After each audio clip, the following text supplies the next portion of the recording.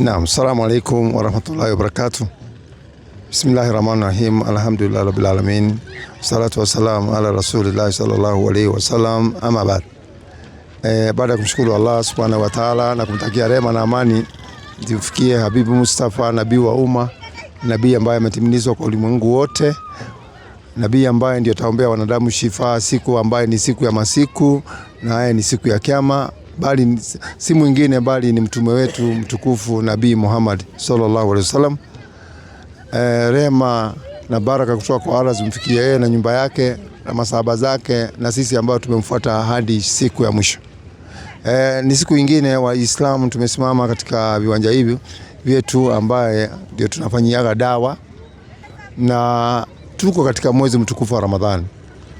Na huu mwezi uko na historia ndefu sana, kwa sababu kwanza ndio Qurani tukufu iliteremka mwezi wa Ramadhani, na ndio siku tuliweza kupewa siku ile ya Lailatul Qadri, na ni mwezi ambaye tunasamehewa madhambi. Yani unarudi kama umefaulu na ukafaulu katika kusamehewa madhambi, unakuwa kama mtoto mchanga. Kwa hivyo Islam, zoezi letu bado linaendelea, na tunawahimiza sana tuweze kuendelea, kwa sababu hii ni 10 ya pili ya maghfira. Ni wakati ya kuomba toba sana, kuomba Mwenyezi Mungu atusamehe na samehe Waislamu wote duniani. So tunaomba Waislamu, bado tuko mbali. Katika takriban wale watu tulikuwa tunataka watu 200, nafikiri tumepata watu wachache sana. Familia wachache sana. Sababu takriban familia 50 peke yake. Ukiangalia. So tungetaka tupate zaidi Waislamu, tupate zaidi. Hao watu wako tu wanatuuliza kila siku, lakini hatuna la kuambia, kwa sababu katika ile ratiba tulikuwa tumepanga watu 200, na ile hela tumepata kiasi tukaweza kupatia wale wameweza kupatiwa. Wengi katika watu wamebaki watu wengi sana. Kwa hivyo ningeomba, hata kama ulikuwa wengine umetoa na ungetaka kuongeza, unajua sadaka unatoa leo, hata kesho unatoa, unaendelea tu unatoa tu. Haya, ukitaka kumtolea mtu wenyu, pengine mama yako, jaribuni sana kutoleaga wazazi wenyu sadaka. Mama pengine aliondoka, hayuko duniani tena, baba hivyo hayuko duniani tena, mtatolea sadaka tujaria ambayo itamfuata kaburini mpaka siku ya hesabu. Kwa hivyo mandugu zetu Waislamu, madada zetu na mabrothers zetu na wazee wetu, tafadhali inshallah tusaidiane katika hii gurudumu ya kuendesha dini ya Mwenyezi Mungu mbele. Masahaba walikuwa katika mstari wa mbele, walikuwa na Mtume Muhammad sallam, walikuwa na mstari wa mbele na waliweza kufundishwa na Mtume, na wakakaa naye pamoja na wakaendesha hii dini mpaka ikatufikia leo. Leo tunakula Uislamu ina golden plate. Watu walikufa huko ndio tupate Uislamu. Watu walikuja kule walipokuvurugwa na Makureshi kule na mambo mengi, lakini dini ikafika dunia mzima. Alhamdulillah, katika kila dunia Uislamu unaenea na inaendelea kwa kasi sana, na inshallah maybe about 50 years to come Uislamu utakuwa unadominate hii dunia, kwa sababu unaendelea kwa kasi sana. Assalamu alaikum warahmatullahi wabarakatuh. وعليكم السلام ورحمة الله وبركاته. الحمد لله رب العالمين والصلاة والسلام على رسول الله صلى الله عليه وسلم. باركم شكروا الله سبحانه وتعالى نكم تكي رحمنا أمانة زنفكية متمويت محمد صلى الله عليه وسلم.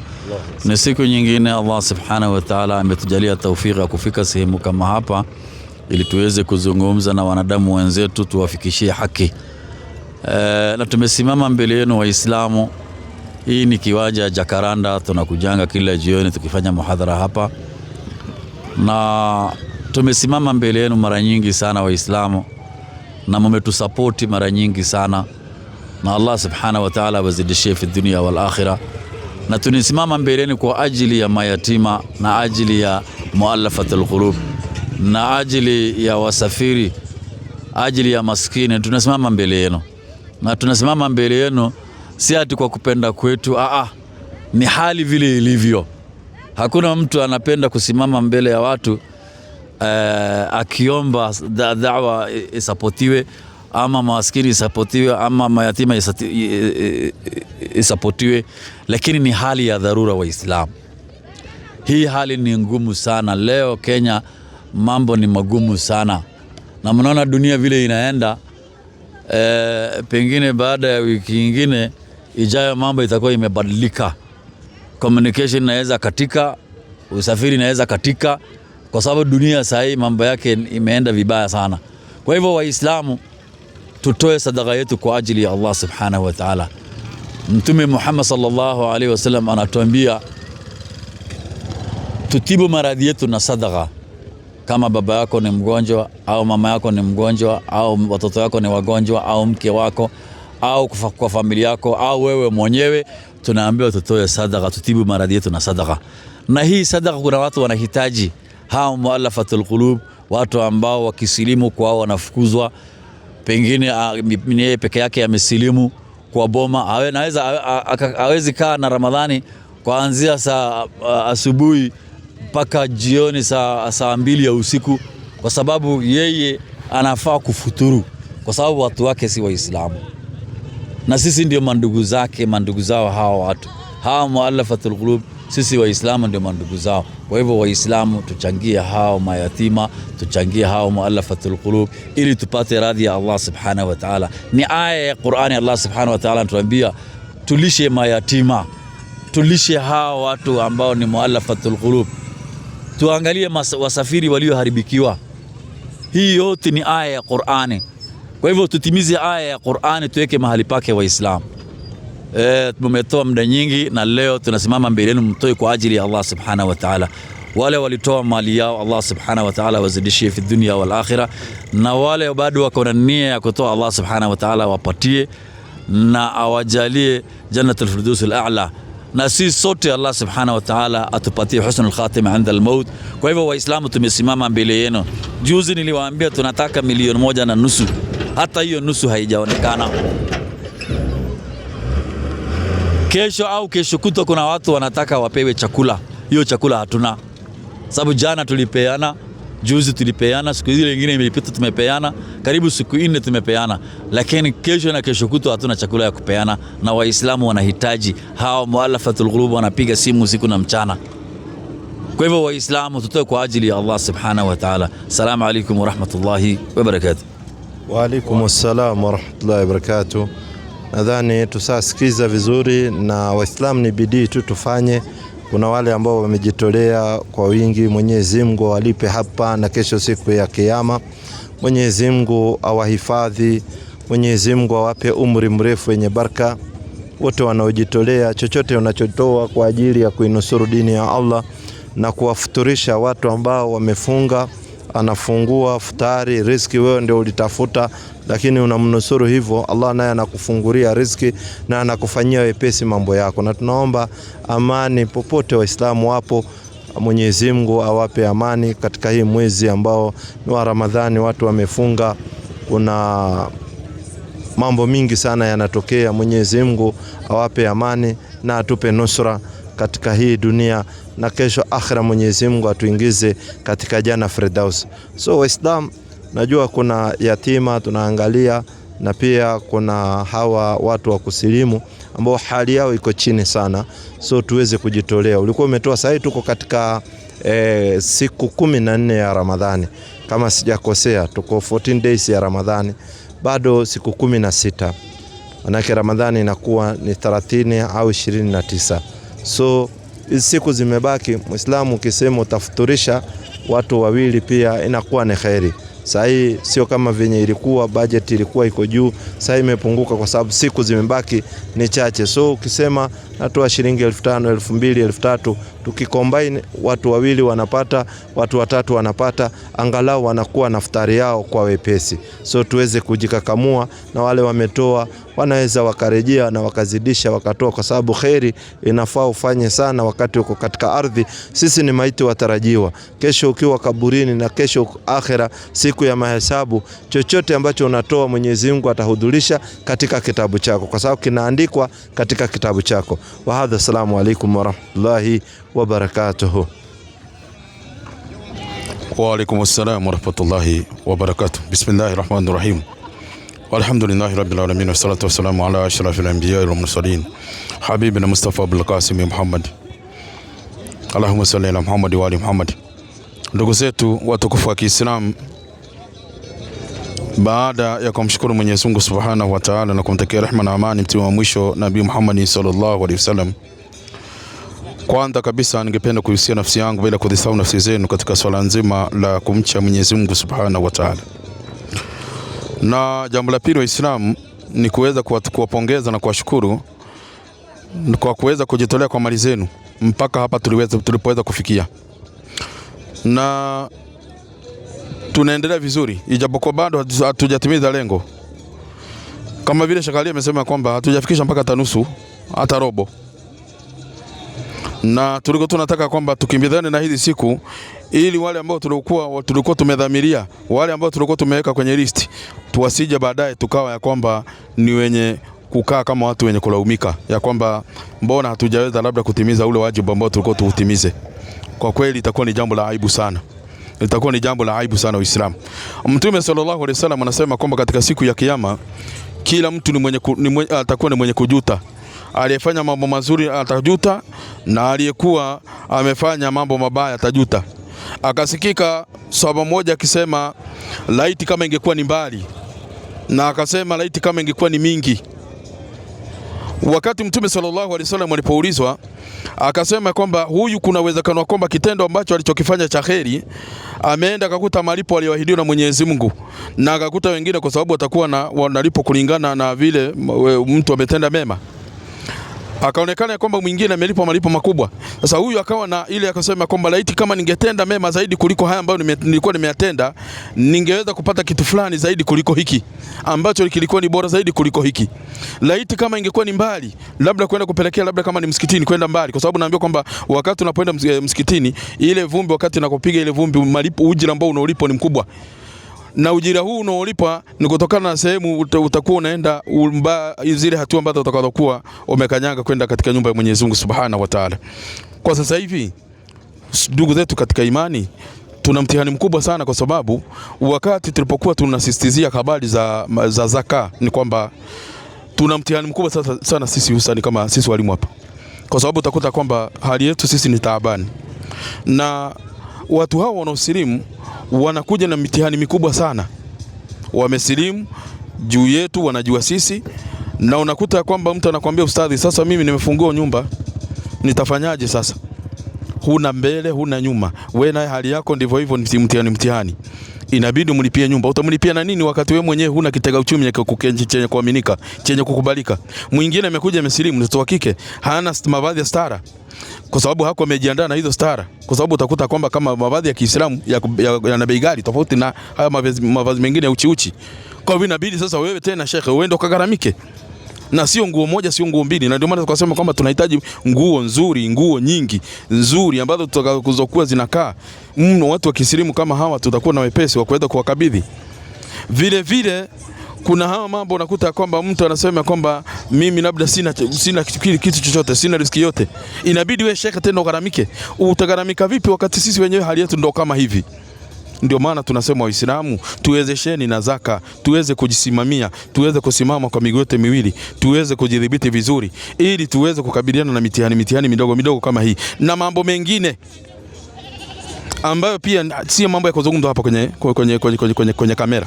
Ni mambo pia ni mengine ambayo ni ndani, hayafai kuzungumzwa. Unakuta kwamba mtu anakuja, lakini kwa sababu wewe unamuelewa mtu huyu na mikiki ambayo unaopitia katika maisha na katika safari, kwa sababu mwingine amesilimu amefukuzwa kazi, mwingine amefukuzwa mpaka nyumbani, mwingine labda amekuwa kwamba ni mtu alikuwa anaangaliwa na wazazi wake wamemwachanisha kwa sababu umeshaingia katika dini nyingine ambayo hawakuwa wanatarajia.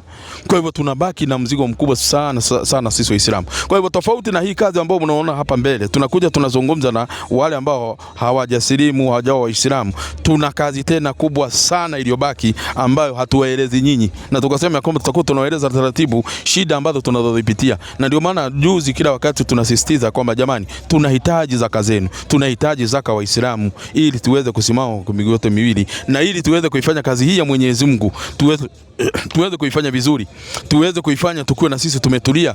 Kwa sababu wakati utakapokuwa na kitega uchumi, utakuwa unafanya jambo fulani, utakuwa unamwambia sasa mwezi huu nitakulipia nyumba, mwezi huu mwingine nitakulipia nyumba, ukiwa unaendelea kujiandaa na kutafuta ajira na sehemu nyingine. na mambo mengine kama hayo. Haya, wengine ndio hao wanakuja wasilimu. Mtu alikuwa ameajiriwa kwenye kampuni za kuchagaza kamari, mwingine alikuwa ameajiriwa kazi baa, mwingine alikuwa ameajiriwa kazi kwenye kampuni hizi za kutengeneza pombe. Atafanyaje? Inabidi aache ile kazi. Haya, wewe mwenyewe huna kazi na huna hicho kipato, tutafanyaje? Ndio maana tunakuja kwenu Waislamu, na tunakuja kwenu kwa mara nyingine, mtusikilize na mtuelewe ya kwamba kwa nini tunasisitizia hili jambo la zaka.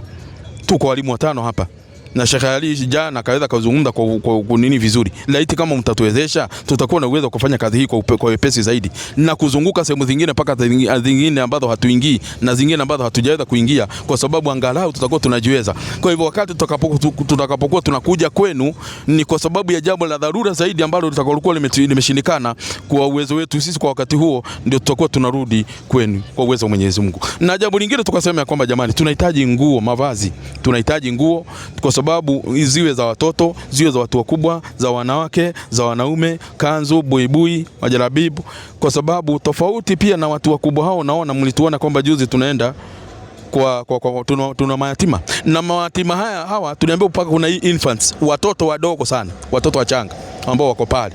Haya, watoto hao wengine, kuna wengine wanahitaji mpaka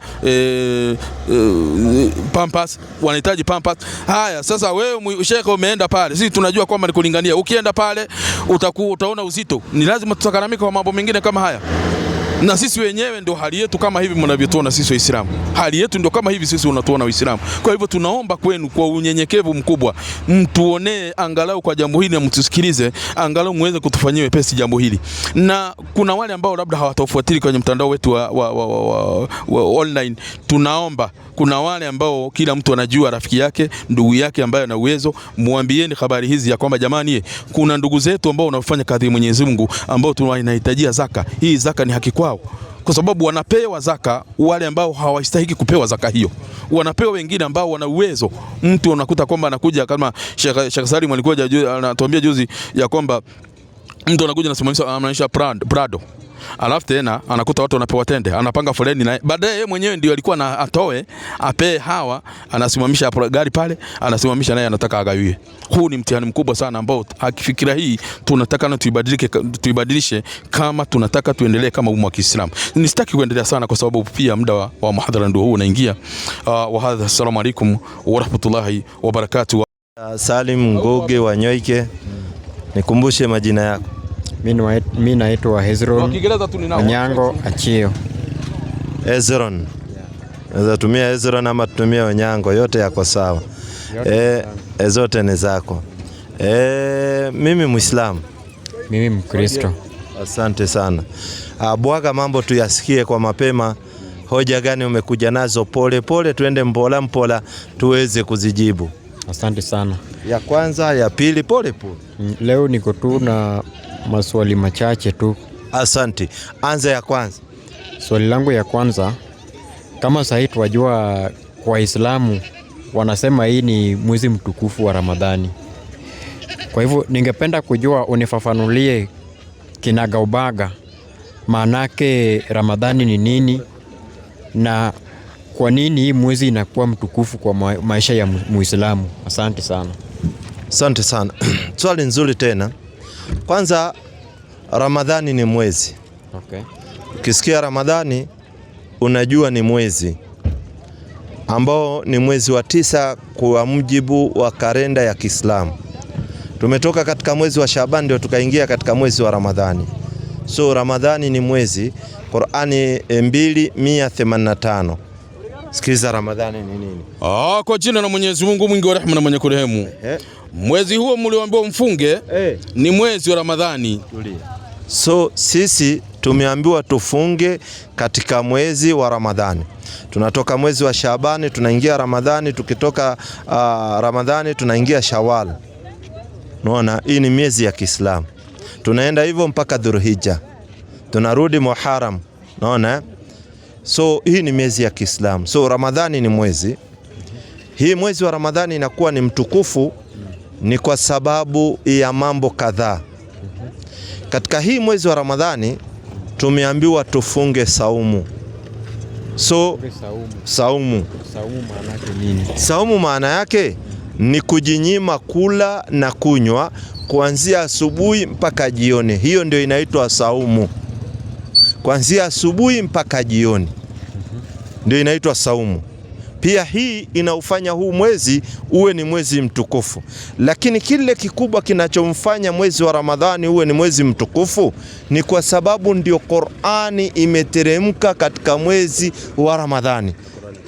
Hii Qur'ani tukufu ndio imeteremka katika huu mwezi wa Ramadhani. Tena katika huu mwezi wa Ramadhani kuna usiku mmoja unaitwa Lailatul Qadr. Qur'ani 97 anza moja, tumpe vitu.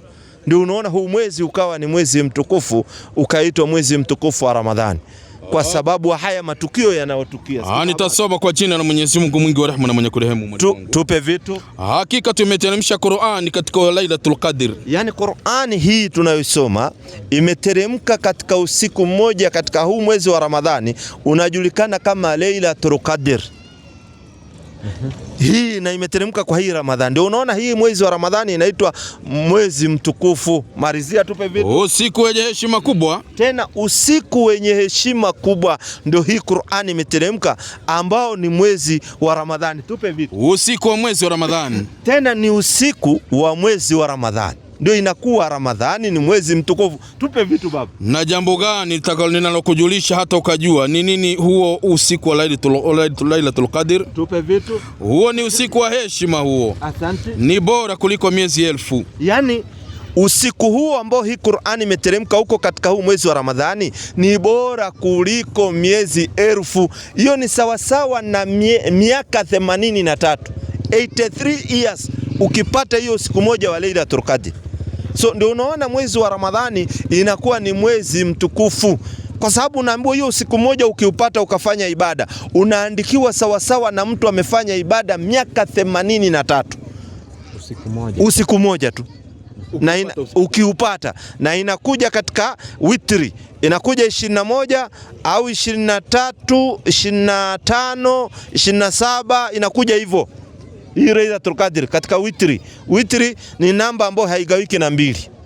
Pata vizuri Tupe vitu malizia.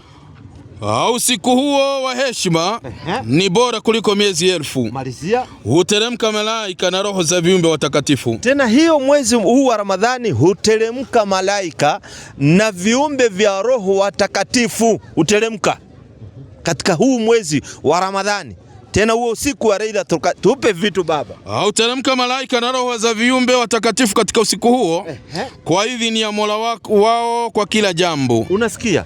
Ndio unaona mwezi wa Ramadhani ukawa ni mwezi mtukufu kwa sababu ya matukio yaliyotukia katika huu mwezi wa Ramadhani.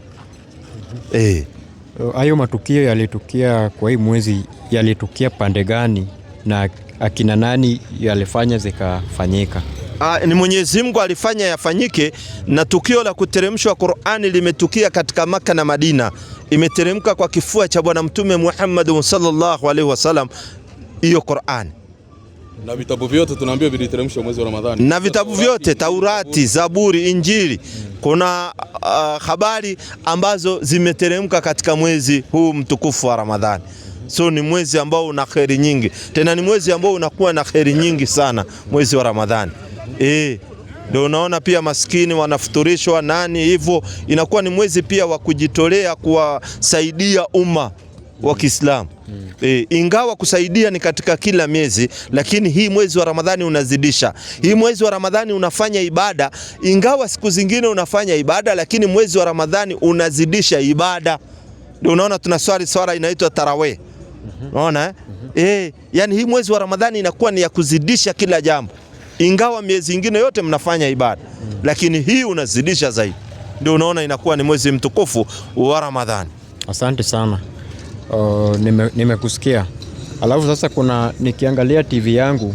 Unaangalianga TV yako? Naona kuna mahali kama ni kama advertisement. Naona saa zingine imeandikwa Nairobi iftar 5:30 PM. Pengine Mombasa Sanur. Haya ni nini? Sanur na iftar ni nini? Suhur ni kwamba asubuhi kabla hujaanza kufunga unapata kitu kidogo, maji nini, kitu kidogo au chakula kidogo. Na nipata vizuri. Sisi katika Uislamu hatujawekewa dini yetu uzito. Hatufungi kama wanavyofunga watu ambao ni majahilia. Jahilia maana yake ni watu wako katika ujinga. Watu wanafunga mpaka wakufe ati ndio wakamuone Mungu. Hatufungi hivyo. Sisi tunafunga na utaratibu. Inaitwa suhur, unakula asubuhi chakula kidogo ambao itakushikilia mchana mzima mpaka jioni. Jioni ikifika kuna iftar, watu wanafuturu. Futuru maana yake ulikuwa umefunga, unafuturu na tende na maji.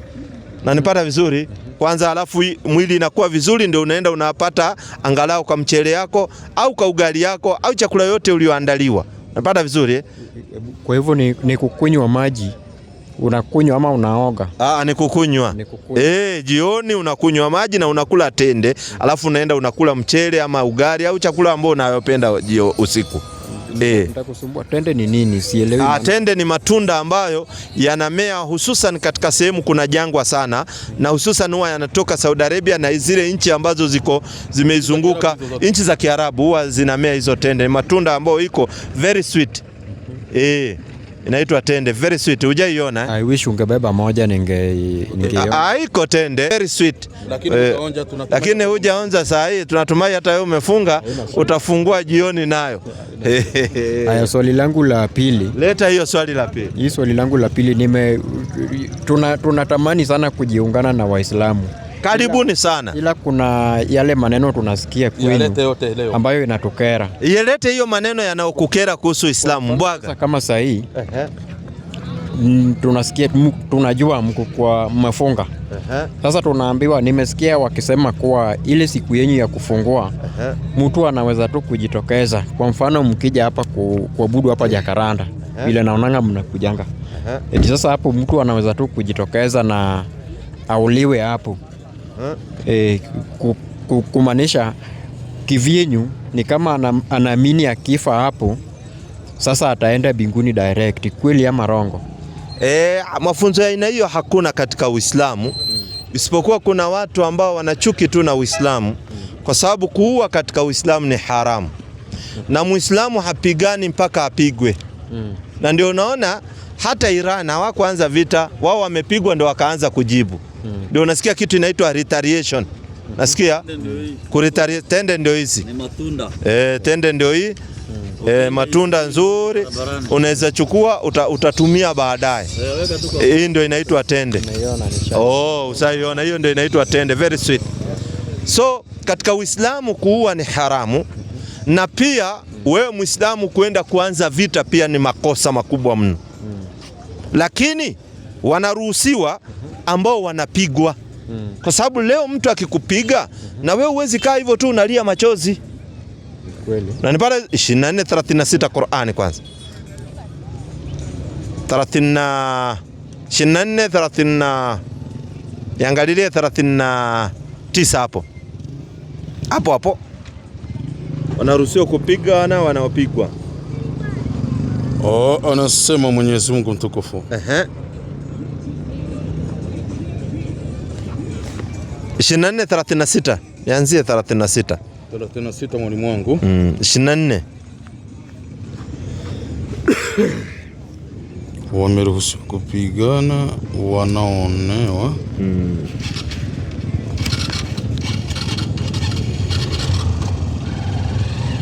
Inanitoka iko katika katika Uislamu hakuna kuua, kwa sababu ukiua bila sababu ni makosa. Lakini mtu akikupiga unaruhusiwa kupigana. Sawa. 22:30 nini?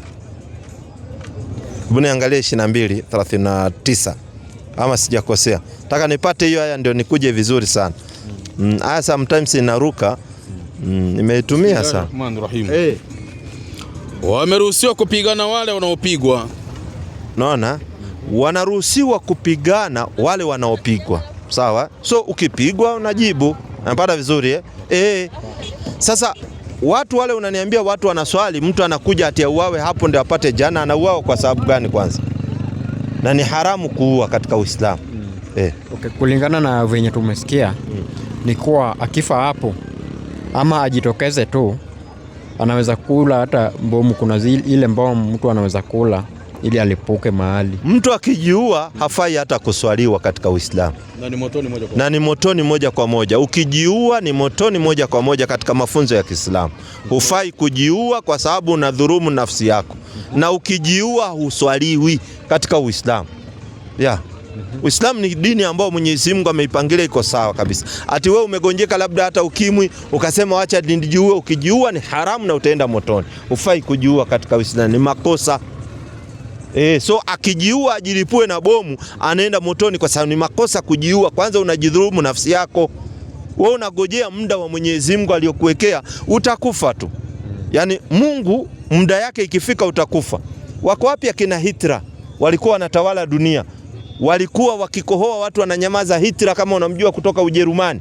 Watu wengi walipita hii dunia walikuwa wanajigamba. Leo walisaulika, walikufa, wameozea kwa kaburi, hata walisaulika kitambo sana. So hata wewe usiharakishe kufa kwako, lakini utakufa tu.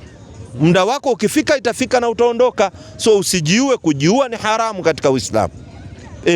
Na kuua watu pia ni haramu. 17:32 Qur'an. Tupe vitu. 17. Wewe anasema ati mtu akuja ati tuko katika Idi. Kwanza Idi ni siku ya furaha. Wewe unakuja kuchafua katika siku ya furaha, watu wanakuja kusherekea, wamemaliza mfungo wa Ramadhani. Wewe unadhani watu wangapi wamekufa katika hii Ramadhani katikati? Watu wengi mno, na hatujui hata sisi kama tutamaliza Ramadhani. Unaona? Watu wanakufa, lakini wewe umefikishwa katika siku ya Eid. Eid ni siku ya furaha, unafurahia. Umetoka katika mfungo, umemalizia, unafaa ufurahie na watoto wako na mke wako na majirani na Waislamu wote kwa jumla. Sasa wewe unaleta chaos katika Eid, kwanza wewe uko na laana. Sikiza habari. Bismillahirrahmanirrahim. Tupe vitu. Wala msiwe nafsi ambayo Mwenyezi Mungu amekataza kuiua. Kwanza Mungu amekataza kuua. Usije ukaua watu. Kwa sababu ni dhambi kubwa sana kuua watu. Na ukiua mtu mmoja hukumu yake ni sawa umeua watu wote duniani. Ukiua mtu mmoja. Ukiua mtu mmoja sawa sawa umeua watu wote duniani. Lakini ieleweke vizuri, hapa kuua ni pale unapopata watu unakuja unawaua tu bure. Ile kimeruhusiwa pale nimekusomea 22:39 ni kwamba wakati umepigwa na wewe una haki ya kupigana, kwa sababu mtu hata kuja kupiga kutoe kwako uwe tena umeenda kukaa refugee camp, wakati una nguvu pia unajitetea. Pata vizuri.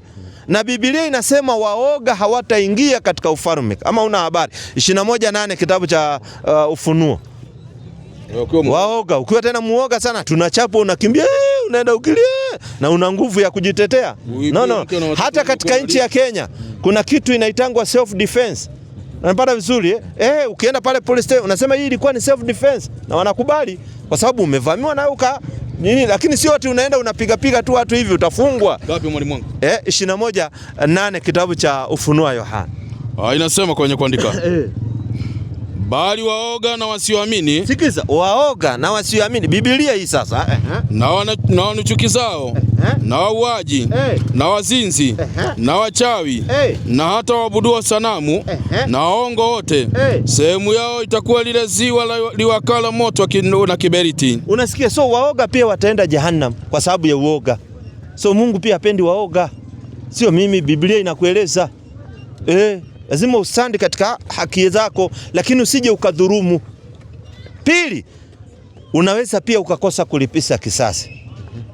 16 Qur'ani 126. Unaweza ukakosa kulipisha kisasi, ukasamee. Inakubalika pia. Lakini ni wewe wenye unaona sasa.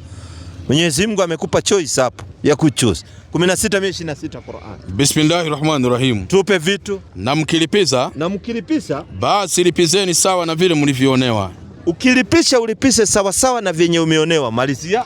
Na kama mkisubiri msilipize. Na kama ukiona we hutalipisha, maana yake unasamehe. Hakika huo ni ubora kwa hao wanaosubiri. Yani ni bora zaidi ukisamehe.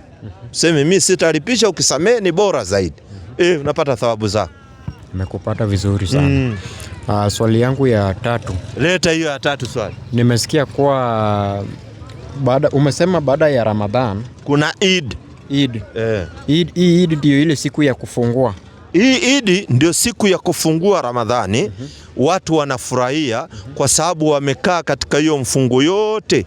Inakuwa ni sherehe Eid. Kwa hiyo siku. Kwa hiyo siku inakuwa ni sherehe. Idi. Hii tunayo inaitwa Idul Fitri.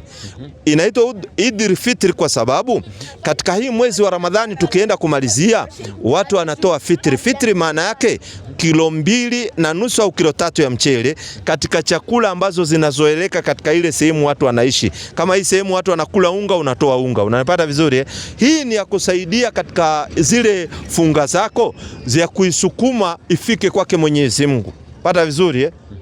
Yani unaisukuma na matendo mazuri pia. Hii fitri ndio tunaita Idul Fitri. Sasa watu wanafurahia. Kwa hivyo unashare na watu ama unashare pia. Hiyo pia ukipata unawapatia wale wanyonge, ndio pia unao washerekee. Isiwe kuna sherehe na kuna mtu ako kwa nyumba asherekei na ni Muislamu. Anafaa naye asherekee, awe na kitu ya kupikia watoto na kufurahia. Asante sana. Na iko 50 moja Qur'ani piga fanusi yake. Inasema mwalimu wangu. Mtume alikuwa akisherekea mpaka Idi. Hii ni sura ambayo Mtume akiisoma sana katika hafla kubwa na sara kubwa. Ukisikia hafla maana yake, hafla ni Kiswahili ya ndani. Hafla maana yake ni sherehe kubwa. Malizia. Kama sala za Idi. Kama sala za Idi, na ndio unaona Idi huwa tunakuja kuswalia saa zingine hapa Jakaranda. Kwa sababu Waislamu wote wanatoka hii misikiti, saa hiyo inakuwa ni kidogo, tunakuja kuswalia hapa kwa kiwanja. Wanaume wanakuwa mbele, wanawake wanakuwa nyuma. Pata vizuri tunaswalia tu hapa. So Mtume alikuwa akisoma hii sura wakati wa hafla kubwa kama hafla za Eid. Na tukimaliza hii kuna Eid nyingine ambayo ni ya kuchinja itakuja. Inakuja Dhulhijja hiyo. Kwani hii ya kuchinja maana yake nini? Hii ya kuchinja tunakumbuka Nabii Ibrahimu alayhi salam wakati alitaka kumchinja mtoto wake ambaye ni Nabii Ismaili alayhi salam. Akakombolewa na mnyama. So hiki kitendo tunakifanya kwa sababu sisi tunafuata mila ya Nabii Ibrahimu alayhi salam. Mtume ameambiwa 16:123. Kwa sababu Ibrahimu ni Muislamu mwenzetu. Mungu asatuambia Ibrahimu Muislamu. Huyu Abraham moja hivi. Abraham sio Muislamu, Ibrahimu ndio Muislamu. Na Abraham sijajua ni nani. Na umewahi kwa Biblia si kuna mtu anaitwa Abraham? Abraham hakuna katika Biblia. Hiyo jina ilitupiliwa mbali. Hakuna jina Abrahamu. Nazungumzia Ibrahimu.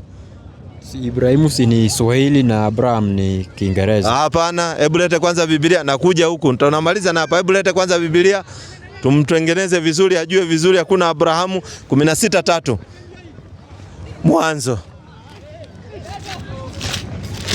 Pole. 17:3. Hii ni ya Swahili. Hii ni ya Kiswahili, nataka nikuonyeshe pole siwe na wasiwasi. Inasema mwalimu wangu. Nami inasema Abrahamu akaanguka kifudifudi. Si ndio huyo Abrahamu unasema? Hebu nione. Muonyeshe kabisa imeandikwa Abrahamu. Imeandikwa Abrahamu. Umeona? Abrahamu. Hiyo ni kitambo kama jina lake haikuwa imebadilishwa. Sikiza sasa kilichokuja. Akaanguka kifudifudi. Mungu akamwambia akasema, mimi agano langu nimefanya nawe. Nawe utakuwa baba mataifa mengi. Asante. Wala jina lako hutaitwa tena Abrahamu, lakini jina lako litakuwa Ibrahimu. So Mungu alibadilisha akamuita Ibrahimu.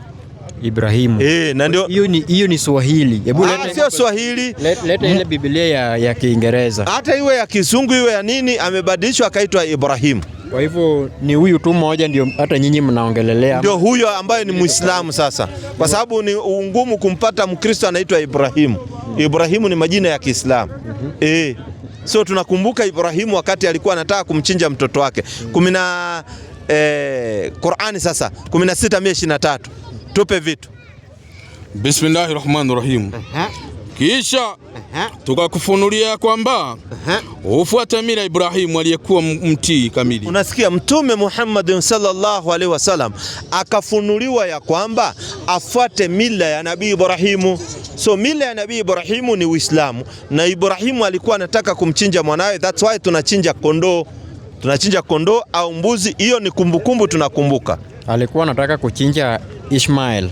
Alikuwa anataka kumchinja Ismaili, sio Isaka. Kwa mjibu wa Biblia wanavyosema ni Isaka, alikuwa ni Ismaili, kwa sababu aliambiwa umchinje mwanao wa pekee.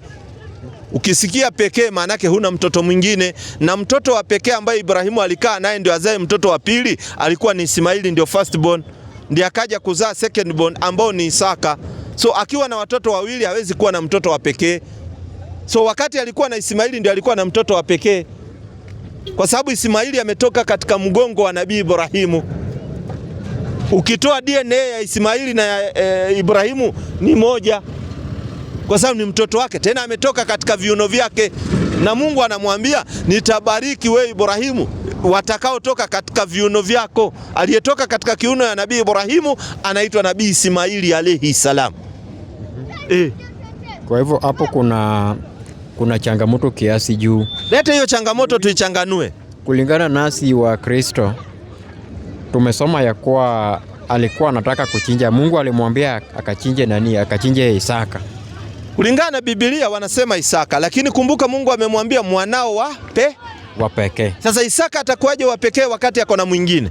Hebu soma kwa Biblia tupate pale alikuwa anataka. Wala sina tatizo ndio nakueleza. Itakuwaje mwana wa pekee ni Isaka wakati ako na mtoto mwingine? Pekee maana yake huna mwingine. Nikikwambia huyu kaka ako na mtoto mmoja pekee, maana yake hana wa pili. Lakini ikiwa uko na mtoto mwingine wa pili, siwezi kusema uko na mtoto wa pekee. So Biblia wao waliweka jina Isaka, which is long, kwa sababu pekee maana yake hana mwingine. Nakuelewa. Lete swali lingine. Haya, swali langu labda ya mwisho. Lete hiyo ya mwisho, hamna shida. Pia tumesikia kuwa mtu akispend siku moja pale Maka ni muhimu kuliko akishinda hapa nje, kwa mfano hapa Nairobi. Kabisa, hata kuswali swala moja ya kule tofauti na swala zingine za huko misikiti ingine. Sababu ni nini? Ni kwa sababu 396 kwanza Qur'ani. Wewe ile msikiti iko na baraka mingi sana. Sikiza habari. Bismillahirrahmanirrahim. Tupe vitu pole pole. Kunako yakini, kwa yakini nyumba ya kwanza iliyowekwa kwa ajili ya watu kufanya ibada ni ile iliyoko Maka, yenye baraka na uongozi kwa ajili ya walimwengu wote. Nasikia kwanza, nyumba ya kwanza iliyowekwa kwa ajili ya watu kufanya ibada ni ile iliyoko Maka, yenye baraka, kitu ya kwanza. So pale ile nyumba iko na baraka. So ndio unaona sala zake zinakuwa ni tofauti sana na sala za misikiti mingine. Na ndio sehemu watu wanaenda kufanya hija. Na pia pale ni sehemu ambayo Nabii Ibrahimu alayhi salam amepafanyia dua. Yani maana yake ameomba dua katika ile sehemu ya Maka. Qur'ani 2:100 nipe 24. Qur'ani 2:124. Kwanza nataka ndio nikumalizie tu alafu umalize yote. Kwa jina la Mwenyezi Mungu mwingi wa rehema na mwenye kurehemu. Nakumbukeni habari hii. Mola wake alipomfanyia mtihani Nabii Ibrahimu. Asante. Kwa amri nyingi naye akazitimiza. Akamwambia, hakika mimi nitakufanya kiongozi wa watu wote. Asante. Ibrahimu akasema, je, na katika kizazi changu pia? Akasema, ndiyo, lakini ahadi yangu haitawafikia waovu, yani madhalimu wa nafsi zao. Itawafikia walio wazuri. Nakumbukeni habari hii pia. Tulipoifanya nyumba ya Al-Kaaba iwe mahali pa kuendewa na watu na mahali pa salama. Asante. Na mahali alipokuwa kisimama Ibrahimu, pafanyeni pawe pa kusalia. Unasikia, mahali alipokuwa kisimama Ibrahimu tunaambiwa tupafanye ni sehemu ya kusalia. Kuna sehemu Ibrahimu alikuwa anasimama pale Maka inaitwa makamu Ibrahimu, iko mpaka leo. Malizia. Na tulimuhusia Ibrahimu na Ismaili tukawaambia, itakaseni, isafisheni nyumba yangu kwa ajili ya wale wanaoizunguka. Asante. Kwa ajili ya kutufu. Na wanaokaa hapo kwa ajili ya kurukuu, wanaorukuu. Asante. Na kusujudu hapo pia. Teremka. Nakumbukeni habari hii nayo. Aliposema Ibrahimu, Mola wangu. Sikiza dua ambayo Ibrahimu anaombea pale Maka. Ndio unaona pale pana hadhi kubwa sana ile sehemu ya msikiti wa Maka. Sikiza habari. Ufanye mji huu wa Maka uwe salama na uwape wakazi wake matunda. Sikiza, Ibrahimu anamwambia Mungu bariki kwanza huu mji wa Maka pale Maka. Uwe kwanza ni sehemu ya salama pale Maka na pawe na matunda. Ndio nimekuonyesha matunda moja inatoka pale Maka ambayo ni sehemu ya jangwa. Malizia. na wale wanaoamini Mwenyezi Mungu na siku ya mwisho.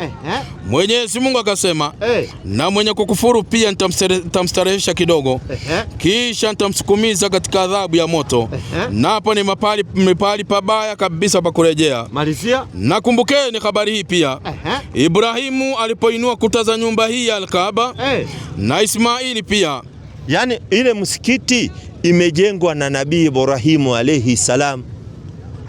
Imejengwa na Ibrahimu wakiwa na mtoto wake ambao ni Ismail alayhi salam. Kwa hivyo in the present day hii Maka iko inchi gani?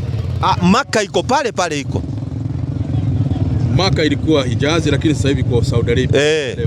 Walikuwa wanaita Hijazi wakati hizo. Unajua hiyo yote ilikuwa desert huko kote huko. Sasa walikuwa wanaenda wanafemu, lakini pale palikuwa panaitwa Maka.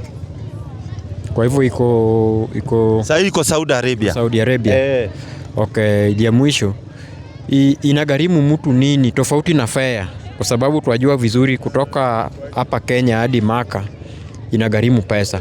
Kwa hivyo tofauti na pesa ni nini ingine inagharimu mtu kama mimi ili niweze nikafika huko Maka? Kujitakasa.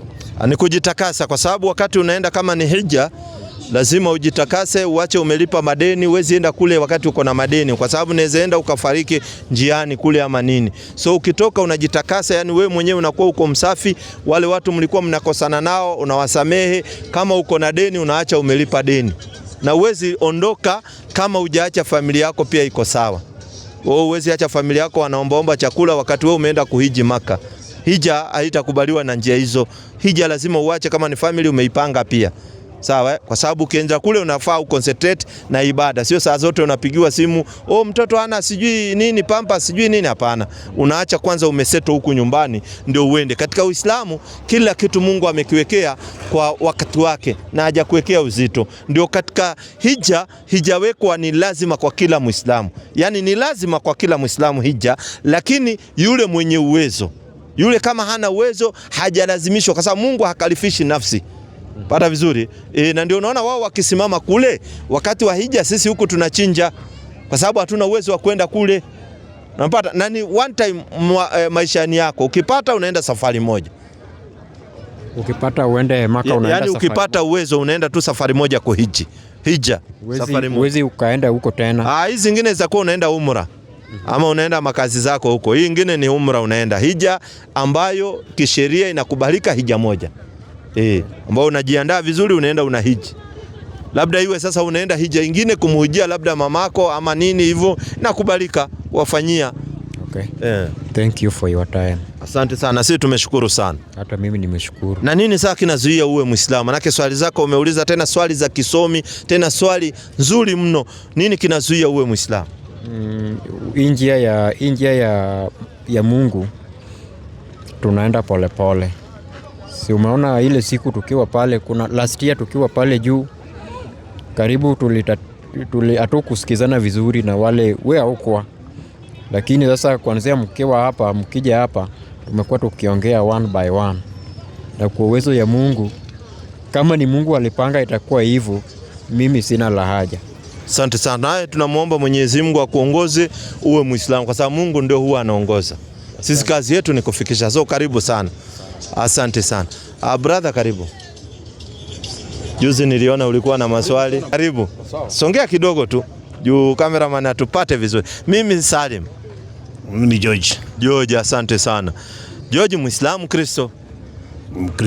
Mkristo. Hebu bwaga mambo leo George, tuyasikize. Yaani kinachozuia huyu George asiwe Muislamu nini? Au nini maswali yanaonanga haya anataka kujua kuhusiana na Uislamu?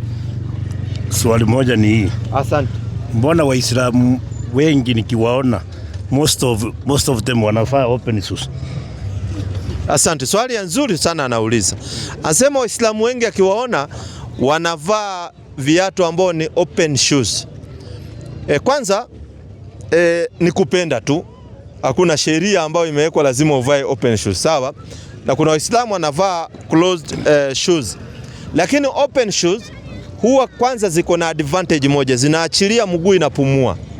Kama una habari, mguu pia huwa inapumua.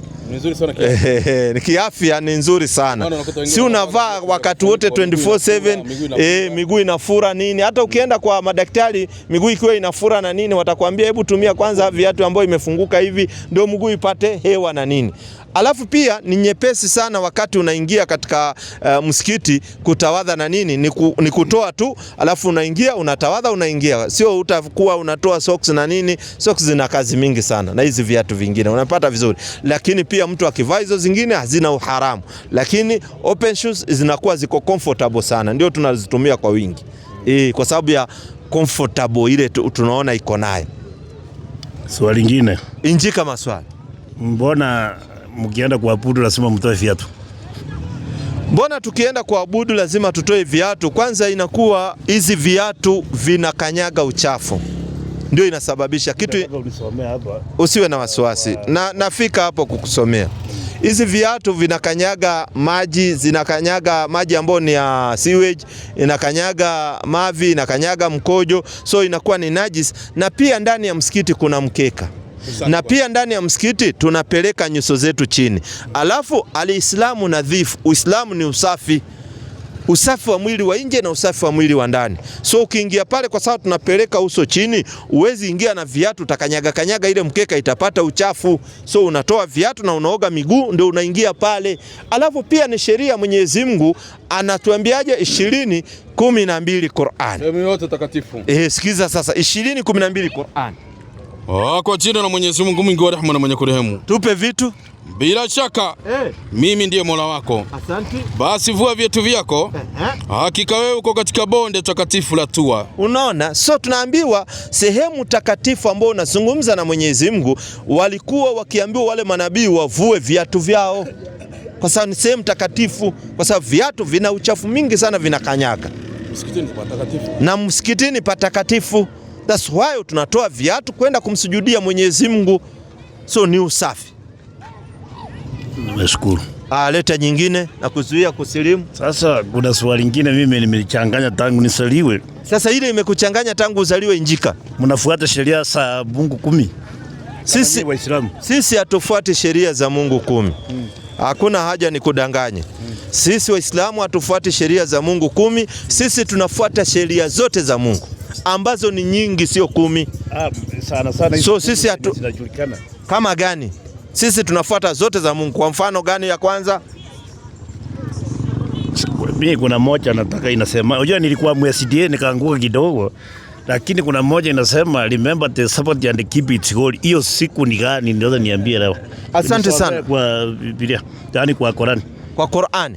Kwa Qur'ani sisi hatujapewa siku ya Sabato ati tuifanye iwe hori, hapana. Siku zote tumepewa ziwe hori, lakini Sabato ambao ni siku ya Jumamosi tumepewa habari zake, ambao habari ni za watu walikuwa wanaishi kando ya mji, ambao walikuwa ni wavuvi, ambao walifanywa mtihani na Mwenyezi Mungu. Walipokuwa wanavua siku hizi zingine samaki hawakuji, lakini inapofika siku ya Sabato ambao walikuwa wameambiwa na Mungu wao wanafanya ibada hiyo siku, samaki walikuwa wanakuja juu. Sasa wakafanywa mtihani, wakavunja sheria ya Sabato. So ni watu ambao walikuwa wamepewa, sio sisi. Qur'ani 763. Tunakupa vitu pole pole. Na walikuwa wanaishi mtoni na sisi hatuishi. Walikuwa wanaishi mtoni, sehemu ambao kuna bahari hivyo, na walikuwa ni wavuvi. Kama mimi ni mkulima, mimi sio mvuvi. So inihusu hiyo. Na kama na wakisi unakula ndizi, hakuna sio mvuvi. Tupe vitu baba. Bismillahirrahmanirrahim.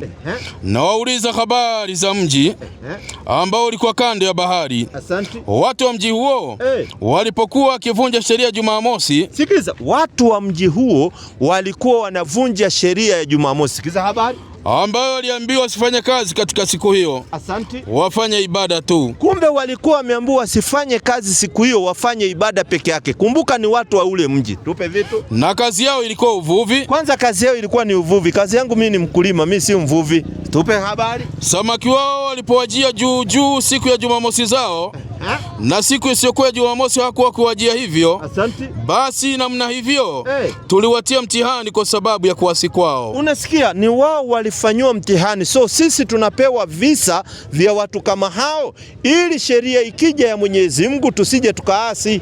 Lakini sio sisi ati tumepewa hiyo Sabato, hapana. Ummati Muhammad sallallahu alaihi wasallam hatujapewa sabato. Sisi tumeambiwa kila siku ni siku ya Mwenyezi Mungu na kila siku inafaa tumwabudu Mwenyezi Mungu. Na ndio unaona kila siku, leo ni Jumatatu tumetoka msikitini na saa 12:30 tunaenda msikitini kila siku, na Jumamosi hivyo hivyo tutafanya ibada. So sisi hatujapewa hiyo sheria. Ndio unaona sisi tunafanya kazi daily. Hata Ijumaa tunafanya kazi. Tunatoka kwa msikiti, tunarudi kwa makazi yetu. Kwa sababu sisi hatukupewa sheria ngumu. Lakini ukiwa na pesa unaweza kupumzika. Kama uko na pesa unaweza pumzika hata mwaka mzima, lakini sio pumzike kufanya ibada. Ibada unafanya lakini kula starehe zako. Na swali lingine. Injika maswali. Nimeamua mzasema kusilimu. Kusilimu maana yake ni kusubmit. Lakini nikose kuvaa kanzu, lakini niko sawa kawaida. Nitakuwa mtu wa Mungu ama? Hata kwani mimi nimevaa kanzu leo? Muangalie vizuri. Kanzu ni sunna. Sunna maana yake kanzu unaweza vaa, ukivaa unapata thawabu, usipovaa upati dhambi. Sawa? So unavaa kanzu, unaweza kosa kuvaa, na si Waislamu wote wanavaa kanzu. Unapata vizuri. Lakini ni bora kama uko nayo unavaa, sometimes inakuwa ni nzuri. Si lazima, haijawekwa ulazima katika dini. Hakuna aya imekuja ati ni lazima Muislamu avae kanzu, hakuna hiyo aya. Maswali yangu imeishia hapo. Imeishia hapo. Lakini kanzu mbona ulikuwa ni nzuri kwa sababu 16:4 kitabu cha Walawi kwanza. Tumsaidie. Kwanza kutamka shahada sasa. Tamka shahada kama kanzu ndio ilikuwa shida yako, usiwe na wasiwasi. Sikiliza 16:4 Walawi. 16:4 mwalimu wangu. Nitasoma kama ilivyoandikwa. Pole baba. Inasema taivaa ile kanzu takatifu ya kitani. Kwanza Biblia inasema kanzu ni vazi takatifu. Sikiza habari. Hatakuwa na zile suruali za kitani mwilini mwake. Hatafungwa ule mshipo wa kitani. Asante. Naye atavaa ile kofia ya kitani. Hayo ndiyo mavazi matakatifu. So hata Biblia ilikuwa inatambua kanzu. So sione ugumu sana ya kuvaa kanzu. So wakati mwingine unadunga kanzu. Kwa raha zako tu unadunga kanzu. Siwe na wasiwasi. Uko na swali lingine ama yamekwisha? Nimeona yamekwisha. Yamekwisha. So tunakukaribisha uwe Muislamu. Uko tayari au bado? Bado acha ni pakwe kidogo. Ikiingia nitawaambia. Inshallah, karibu sana. Wewe ikiingia wakati wote swali kibao. Mimi wananiita Salim. Mimi naitwa Kazemba Patrick. Kazemba Patrick. Yes. Haya, injika swali. Muislamu Kristo kwanza ili tuelewane. Mkristo. Mkristo. Injika swali. Sina swali lakini nataka kunitafsiria ama unielezee kuhusu uongozi wa Waislamu. Kuanzia kwa mkubwa, sijui ni shekhi ama ni nani, mpaka kwa mdogo. Kwanza nikikuangalia wewe ni shekhe wewe. Wewe kwanza shekhe. Kwa sababu shekhe ni jina ambayo inakuja pia kwa mzee. Mzee anaitwa shekhe. Kwa sababu ya umri yake amekuwa nini, anaitwa shekhe. Unapata vizuri. So katika Uislamu kuna watu ambao katika masuala ya dini, kuna imam ambao ni yule anaongoza katika msikiti. Kuna watu ambao wanaitwa ulama. Ulama ni wale wako katika mji ambao wanatoa fatwa katika ule mji, wasomi, maduktur. Sasa wanaingia katika ulama, maduktur kwenda hivyo, ni wale watu ambao wamesoma sheria za Kiislamu na kila kitu, ambao wana uwezo wa kutoa fatwa katika ile fatwa. Maana yake tunafika mpaka mufti. Fatwa maana yake ni kutoa jambo ambalo linafaa lifanyike katika huo mji, ni haramu ama ni halali. Pata vizuri kwa mfano imekuja ikaja swali, je, Waislamu wanafaa maybe kufanya, tuseme kwa mfano kufanya kampeni? Sawa, wanafaa kufanya kampeni Waislamu. Sasa tunaenda kwa mtu ambaye anaitwa ulama wa hiyo area au doktor au mufti, anaulizwa ile swali, anatoa fatwa, anasema inakubalika au ikubaliki, na anatoa dalili. Pata vizuri. Sasa wale ni wasomi wa hali ya juu. Tena tuna maimamu ambao ni wale ambao tuko nao kwa misikiti, ambao wanatuongoza kwa sala. Alafu kuna maamuma kama mimi. Sisi ni maamuma. Yani maamuma maana yake wale sasa waumini wa kawaida wale tuko kule, ndio sisi maamuma sasa, ambao ni wanafunzi tu. Okay. Niyo nilikuwa nataka kuelewa hapo, so nimeelewa. Umeelewa? Ndio kabisa. Na katika nchi ya Kenya alhamdulillah tuko na mtu anaitwa Chief Kadhi. Huyo naye anakaa katika pengo ambao anakaa katika eneo za judiciary. Jaji mkuu. Unapata vizuri? Anatembea na ngazi za judiciary. Amepewa ofisi na serikali ya nchi ya Kenya. Sawa? Anaitwa chief kadhi. Maana yake jaji mkuu. Maana yake ni jaji. Anaishi katika hizo. Mkipata conflict yoyote ya Waislamu kulingana na kesi, mnaingia kwake, anatatua kulingana na hadithi na Qur'an. Bada vizuri Katiba ya Kenya imekubali katika 2010 aliwekwa pale kwa sababu alikuwako. So ni kitu iko kwa sababu Waislamu wanajulikana, wanahukumiwa na Qur'ani na hadithi ambayo ni sunna za Bwana Mtume Muhammad sallallahu alaihi wasallam. Sijui kama usaisikia chief kadhi yako na ofisi yako katika nchi ya Kenya. Alhamdulillah. Kabisa. Hao ndio viongozi wetu sasa. Asante. Sina swali lingine. Una swali lingine? Sasa kinachokuzuia kikubwa usiwe Muislamu nini? Unakwama wapi? Bado najiandaa kidogo. Unajiandaa. So karibu sana 626 Qur'ani. Karibu sana ujiandae, ndio hiyo. Tumpe hiyo moja aende apumzike akijiandaa. Sikiza hii moja. 626 Al-Karim. Bismillahirrahmanirrahim. Naam. Na hii dini ya Uislamu ndio njia ya Mola wako iliyonyooka. Yaani Uislamu ndio njia ya Mola wako iliyonyooka. Hakuna njia nyingine. Tunaambiwa njia ni Uislamu. 385 Qur'an. Sasa ukikataa Uislamu itakuwa pia kuna hasara. Sikiza habari. Kwa jina la Mwenyezi Mungu mwingi wa rehema na mwenye kurehemu. Tupe vitu. Na anayetaka dini sio kwa Kiislamu basi haitakubaliwa kwake. Naye akhira atakuwa katika wenye hasara kubwa kabisa. Unasikia? Yeyote ambaye anatafuta dini nyingine isiyokuwa ya Kiislamu, Mungu hatoikubali. Nawe akhira utakuwa miongoni mwa watu wenye hasara. Sasa ni ima wewe uchague faida ama hasara, ni juu yako. Sisi hatuwezi kukulazimisha, ila kazi yetu ni kukufikishia. Sawa? So karibu sana. Ukiwa na swali yote utatupata hapa. Brother, usalimie. Kama kaketu vyenye amekuja. Kuja tu na katuzipiki kako. Siwe na nini. Karibu brother. Usalimie. Tasalim. Wilfred. Asante sana. Muislamu Kristo. Asante. Injika swali leo. Haya. Katika dini ya Kiislamu kwa nini wao kuna ubatizo? Mko na ubatizo? Katika dini ya Uislamu hatuna kubatiza. Dini ya Uislamu mtoto akizaliwa hakuna kubatizwa. Kwa sababu watoto hawana dhambi. Sasa mtoto hata awe mtu mzima habatizwi. Kwa nini? Kwa sababu unabatizwa kwa ajili ya nini? Na anaoga kila siku kwa maji. Habatizwi. So mtoto akizaliwa katika dini ya Uislamu hakuna kubatizwa. Mtu mzima katika Uislamu hakuna kubatizwa. Kwa sababu kubatizwa hatujaona ikiwa na effect yoyote katika faida yake ndio hatujajua ni gani, utueleze. Yaani faida ya kubatizwa gani? Ndio maana mimi nimeuliza. Sisi hatuna. Awe mtu mzima, awe mtu mdogo, hakuna mambo ya kubatizwa. Na hamna sababu. Kwa sababu hatujui faida yake ni gani, hatujaambiwa. Ndani ya Qur'ani hakuna mahali tumeambiwa tubatizwe. Mtume Muhammad sallallahu alaihi wasallam ambao ni mtume wa mwisho, hakuna mahali alibatiza mtu hata mmoja. Sasa sisi tukibatiza itakuwa ni bid'a. Bid'a maana yake ni innovation, ni mambo ambayo tumezua ambayo hayako.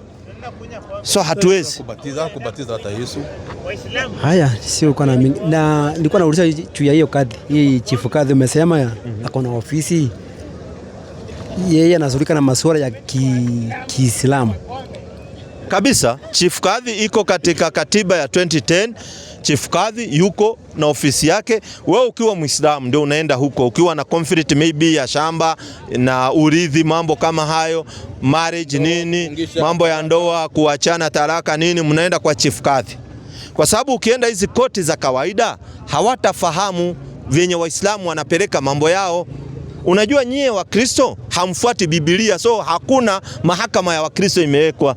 Kwa sababu Wakristo hawafuati Biblia, hawatahukumiwa na Biblia. So Waislamu wamewekewa chief kadhi kwa sababu wanahukumiwa na Qur'ani. Chief kadhi anachukua Qur'ani, anakuambia we ni Muislamu, Qur'ani imesema hivi na hivi na hivi. So hii shamba ambao mnang'ang'ania, wewe ni mtoto wa huyu baba, inafaa hivi na hivi kwa sababu urithi umewekwa ndani ya Qur'ani. So lazima ukubaliane na Qur'ani kwa sababu wewe usanyenyekea, usasilimu, usanyenyekea kwa amri ya Mwenyezi Mungu. So chief kadhi ndio imewekwa katika katiba ya 2010, iko ofisi yake iko. Ni mmoja. Sio mmoja, kila mkoa kuna kadhi. Kila sehemu kuna kadhi, hata hii sehemu kuna kadhi wake. Una habari? Na wote wako chini ya judiciary, wanalipwa na serikali, wako chini ya judiciary. Hiyo ni baina ya Waislamu kwa Muislamu. Mimi na wewe tukiwa conflict tuende wapi? Sasa wewe mimi na wewe tukiwa conflict tunaenda koti ya kawaida. Alafu sababu hakuna koti ya Wakristo. Koti ya Wakristo itoke wapi? Sasa naenda koti ya kawaida. Koti ya kawaida ni ile wanachukua hukumu ya nchi. Sawa? Hawachukui hukumu ya Biblia wala hawachukui hukumu ya Qur'an. Elewa vizuri. Kwa chief kadhi kunatumika nataka nikuweke vizuri. Kwa chief kadhi kunatumika Qur'ani na hadithi za Bwana Mtume Muhammad sallallahu alaihi wasallam. Hii ingine tunaenda kwa katiba ya Kenya inasemaje. Unanielewa vizuri? So mimi tukikosana na wewe ni Mkristo mimi Muislamu, tukaona tuelewani, tunaenda katika mahakama ya kawaida, ambayo hii mahakama ya kawaida haitumii Qur'ani wala haitumii Biblia. Wanatumia sheria za nchi ambazo zimetungwa kupitia bunge. Na nielewa vizuri. Ndio unasikia jaji anasema ninakufunga kwa kifungo cha article hii stroke hii ambayo ilikaliwa ikatungwa na wabunge vyenye walitunga wakati hiyo. Kwa hiyo maana nyinyi mfuate katiba? Tunafuata katiba. Katiba tunafuata. Kwa nini? Kwa sababu katiba mambo ambayo hayasuluhishi na mahakama ya kawaida, kwa sababu ni mambo yanahusiana na kidini kabisa. Kwa sababu kwa mfano saa hii nimeoa wake wawili. Sawa? Nataka nikuonyeshe kitu. Hawa wake wawili ni Waislamu, sawa? Haya, niko na watoto pale. Sawa? Huyu labda ako na watoto 3 wangu na huyu ako na watoto 2 wangu. Umesikia? Huyu ni 3, huyu ni 2. Sawa? Mimi nikafa. Wakawa wao hasikizani kuhusiana na mali niliyoacha. Sasa hawana ujuzi kwa sababu huyu ako na watoto 3 na huyu ako na watoto 2. Huyu 3 anasema lazima niongezewe hii na huyu anasema lazima nipewe hii. Wanaenda sasa kwa chief kadhi. Chief kadhi anatoa Qur'ani, anawaambia mali ya mwenye kufa yanafaa kuridhiwa na watoto wake, alafu hao watoto wake hakuna ati watoto wa mke mdogo au mke mkubwa, wote wanawekwa pamoja, ni 5, ni watoto wa marehemu. Wanaridhi hivi na hivi. Lakini ukienda kwa mahakama hii ya kawaida itasema hiyo mali ikatwe katikati. Mke huyu achukue nusu, huyu nusu. Kuna mmoja atadhulumika kwa sababu mmoja ana watoto wengi kuliko huyu. So mahakama ya kadhi inaweka usawa kulingana na Qur'ani. Watoto wa mwenye kufa wanafaa wote wawekwe katika sheria venye inasema. Haijalishi kama ni watoto wa mke mdogo au watoto wa mke mkubwa au mtoto wa mke wa katikati. Wake zake nao pia kuna kile. Na wake zao kuna kile watapata. Na mamake kuna kile anapata pale. So inakaliwa sasa na mahakama ya chief kadhi, wanaangalia sheria inasema hivi na hivi, mali ndio hivi, inafanywa ndio hivi. Very simple. Ndio lakini wewe ukifa wewe Mkristo, hakuna urithi katika Biblia. Sasa itakuwaje mahakama ya Kikristo wakati Biblia haijasema mali iridhiwe hivi na hivi? Hakuna maandiko hayo. Hamna. Sasa wewe tulia tu, hukumiwa na hii ya sheria ambayo ya nchi. Sasa ni sawa. Yaani nilikuwa nauliza kuwa wewe weke yako, Wakristo weke yetu. Sasa Wakristo watawekaje yao wakati wao hawafuati, hawana kitabu ambacho wanafuata kina hizo sheria? Hamna kitabu. Hauna kitabu ambacho unafuata kina hizo sheria za kusema mtu akifa unafaa mali yake iridhiwe na huyu mtoto na huyu mtoto wapate sehemu hii, wapate sehemu hii. Kwani Qur'ani inasema uwe mahali imeandika kwa utakuja kunipa mahali Biblia inasema mtu akifa mali yake iridhiwe hivi na hivi na hivi. Qur'ani saweka sawa. Qur'ani tuwekea sawa kabisa. Kila kitu imetuwekea. Katika sura Nisa wameweka urithi vyenye inafaa kuwa. Mtoto akiondoka, baba akiondoka, mama akiondoka, kila kitu inakuwekea sawa. Hamna mambo ya kudhulumiana. Tena mkikosana, je, taraka inatoka namna gani? Inawekwa kila kitu. Kwa Ukristo hakuna hata taraka. Unaambiwa wewe ukae na mtu mpaka wakati utakufa. Usicheke wewe. Ndio habari ambazo ziko namna hivyo. Una swali lingine? Hamna. Lakini mwalimu usome hiyo nini? Inataka kujua hiyo mahali unasema kuwa iko utaratibu katika Qur'ani. Iko utaratibu wote katika Qur'ani. Iwe ya nini ya kila kitu. Hata katika zina kuna utaratibu wake katika Qur'ani. Lazima kuwe na mashahidi walioona ukifanya ile zina, alafu kuna hukumu ambayo inapitishwa. Kwa mfano kadhi anaenda anaambiwa huyu kijana na huyu msichana walizini, analeta Qur'ani. Qur'ani inasemaje? Kijana akipatikana na msichana wanazini wanafaa wafanyweje? Qur'ani sura 23 anza moja Qur'ani. Tarudi huko tumpe vitu pole pole. 24:1. 24:1. Pole pole huyu kijana tumfunze. Bismillahirrahmanirrahim. Naam, tupe vitu. Tuanzie mbili mwalimu wangu. Anza mbili tu. Mzinifu mwanamke na mzinifu mwanamme mpigeni kila mmoja katika wao mijeledi, yani bakora 100. Asante. Wala isiwashikeni kwa ajili yao huruma katika kupitisha hukumu hii ya Mwenyezi Mungu. Unasikia ni hukumu. Sasa hii inaenda kwa chief kadhi. So chief kadhi ndo anaelezwa huyu amefanya hii zina na huyu hii zina, wanawekwa viboko. Sasa katika Ukristo sasa hapo ndio kutauliza ushahidi, nani aliona wakilala? Huyu shahidi ako namna gani? Ni mwanamke na mwanaume. Wote wawili, kwani mtu anazini peke yake? Kwani mtu anaweza zini peke yake? Watakuwa wamezini. Watakuwa wamezini. Wamependana. Sasa kwanza ukipendana sasa ndio unaambiwa Qur'ani na sheria. Sio kama wewe Mkristo ukipendana na msichana unachukua unaweka kwa nyumba unazalisha watoto 3 alafu unaenda kwao. Hiyo ni haramu katika Uislamu. Katika Uislamu ukimpenda msichana kabla hujalala naye enda uombe babake huyo msichana. Maana yake lazima kwanza ufunge ndoa. Baba msichana akikubali hiyo ndoa, wewe unakubaliwa, shekhe anakuja anafanya dua, mnashikanishwa na huyo msichana, anakuwa ni mke wako, ni halali yako kulala naye. Lakini ukilala kabla hujajulisha wazazi wake inakuwa ni zinaa. Na wazazi wake ni baba ndio msimamizi wa boma. So ukipenda msichana unaenda kwao. Unaambia baba mimi una huyu msichana iko hivi hivi, na umeenda na wazee wako pia. Akikataa akikataa inabidi uende utafute mwingine, kwani utazini na mtoto wa watu? Unabidi uende. Sio yeye ako na mabenzi. Kama sio, lakini yeye ndio ako na ruhusa ya kutoa. Ruhusa ni baba. Ni baba Akikataa sasa wewe enda tafuta msichana mwingine, ana visababu vyake vya kukataa. Kwa sababu kwanza baba kuna vitu anaangalia kwako wewe kijana. Anaangalia je, huyu kijana ni mlevi? Huyu kijana je, anashika dini? Ni mtu wa dini? Tumeambiwa na Mtume Muhammad sallallahu alaihi wasallam kitu ya kuangalia. Anaangalia huyu kijana ameshika dini. Anajua huyu kijana nikimpa msichana wangu ako safe kwa huyu kijana. Lakini akiona kijana ni mtu wa madawa ya kulevya, kijana ni mtu mlevi, kijana ni mtu wa raha, anatoka hapa anaenda kunywa pombe, huwezi kudhamini msichana wako akae kwa boma kama hiyo. Au ni mtu mgomvi. Ama ni mtu mgomvi anaenda huko anapigana kutukana watu. Lazima baba angalie huyu kijana pia akhlaq zake zikoaje. Wewe huwezi taka msichana wako akae kwa boma atakuwa kitandikwa kila siku. Atakuwa anatembezwa mangumi huko. Mangumi bila sababu.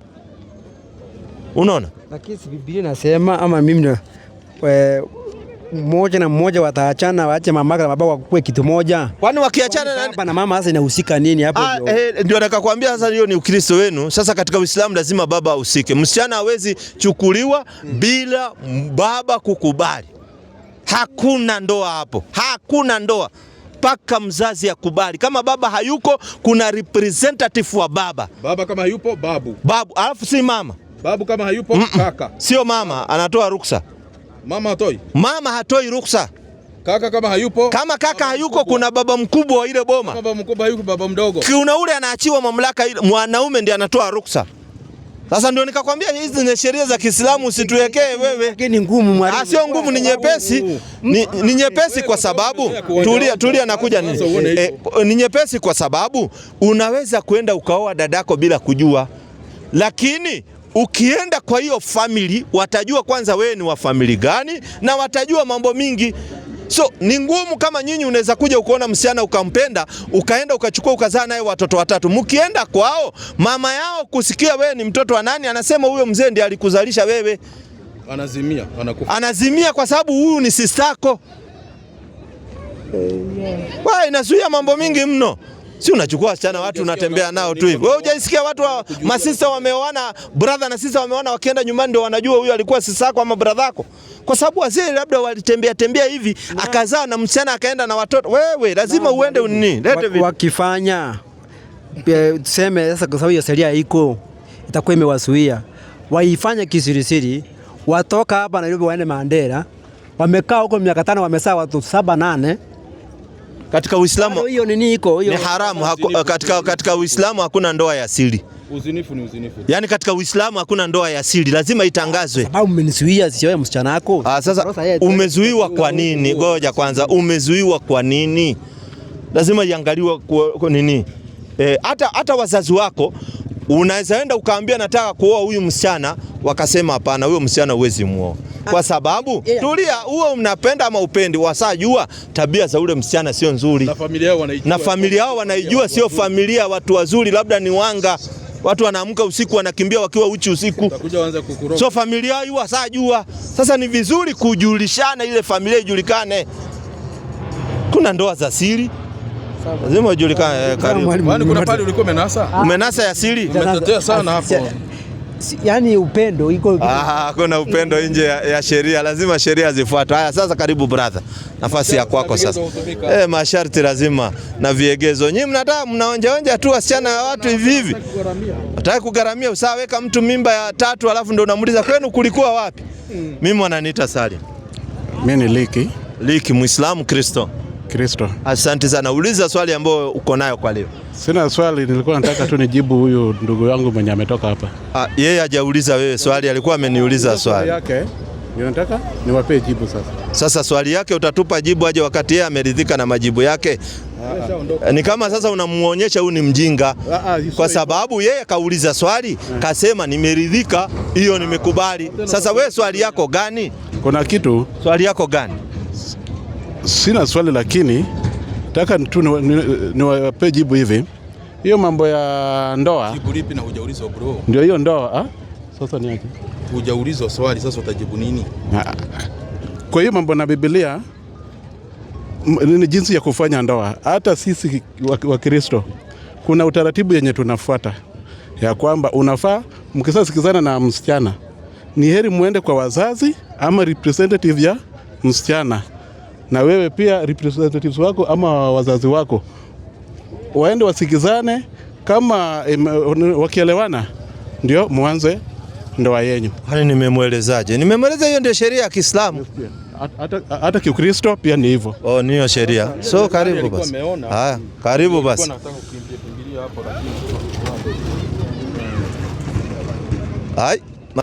Uende kwa wazazi wewe. Uende kwa wazazi, usije ukachukua humu chochoro. Mimi ananiita Salim. Mimi naitwa Humphrey na Mai. Alafu kidogo tu unaweza chukua msichana ukaishi naye na ujaenda kwa wazazi, ule msichana akakufa. Utampeleka wapi? Hata ujui kwao ni wapi, wala ujui watu wao. Utapata mambo hujaiona. Ni vizuri ujue kwa msichana na watu wao wakujue.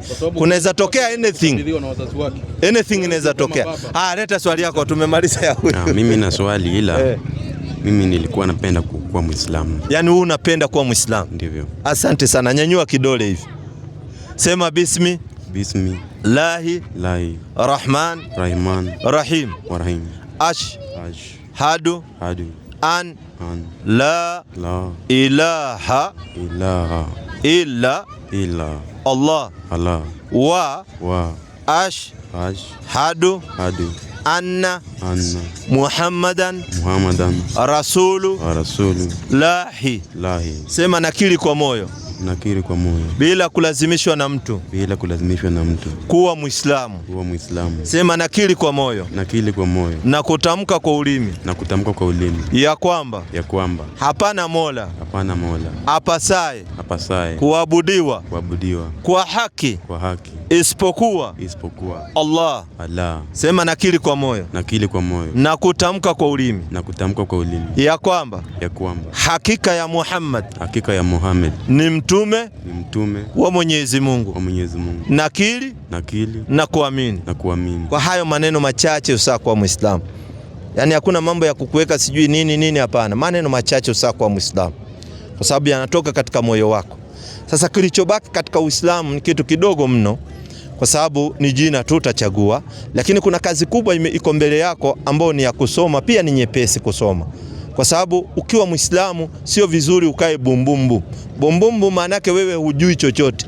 Inafaa uwe unajua, ujue ibada zako, ujue sala zako, ujue kila kitu. Watu wanafunga, wanafungua vipi, kila kitu unajua katika Uislamu. Hiyo inaitwa basic knowledge, kwanza lazima uwe nayo. So lazima ujitolee kwa kusoma, sawa? Ungependa jina gani katika Uislamu? Hiyo tutapanga ya kusoma.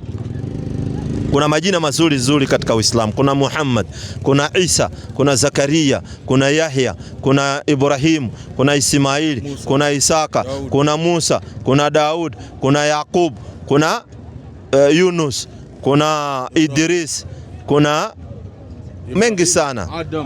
Kuna Isa ndio Yesu. Yaani wewe umechukua jina ya Yesu. Na tangu mimi nizaliwa sijaiona Mkristo hata mmoja anajiita Yesu. Lakini sisi tunapenda manabii. Utasikia Muislamu anaitwa Muhammad, na Muhammad alikuwa. Yaani tunachukua, na wewe umechukua jina ya Yesu kwa sababu tunampenda, ndio tunachukua jina yake. Haya, enda hapa hivi ongea na kijana anaitwa Ali. Ali? Mimi wananiita Salim.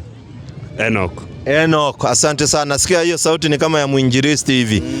Manake sauti mimi nazijua tu za wainjilisti, najijua zinaenda zikibadilika. Muinjilisti hivi ama?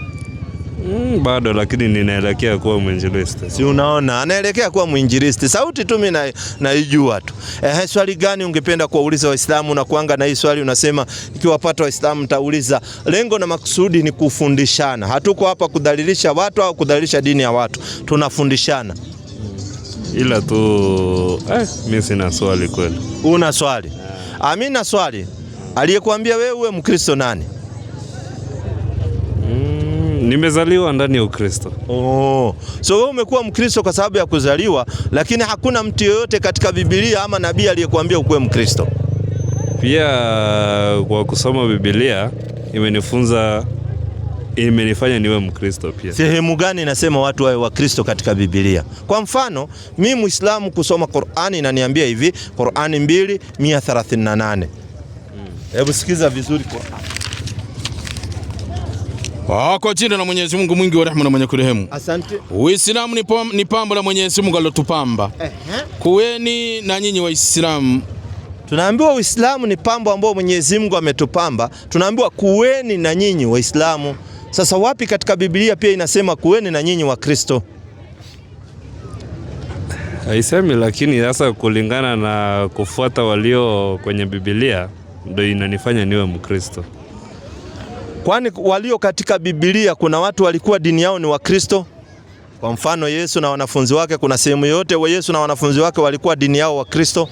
Kama Paulo mtumwa. Umekuja kwa Paulo, nimeuliza Yesu na wanafunzi wake. Wewe ni mfuasi wa Paulo ama mfuasi wa Yesu?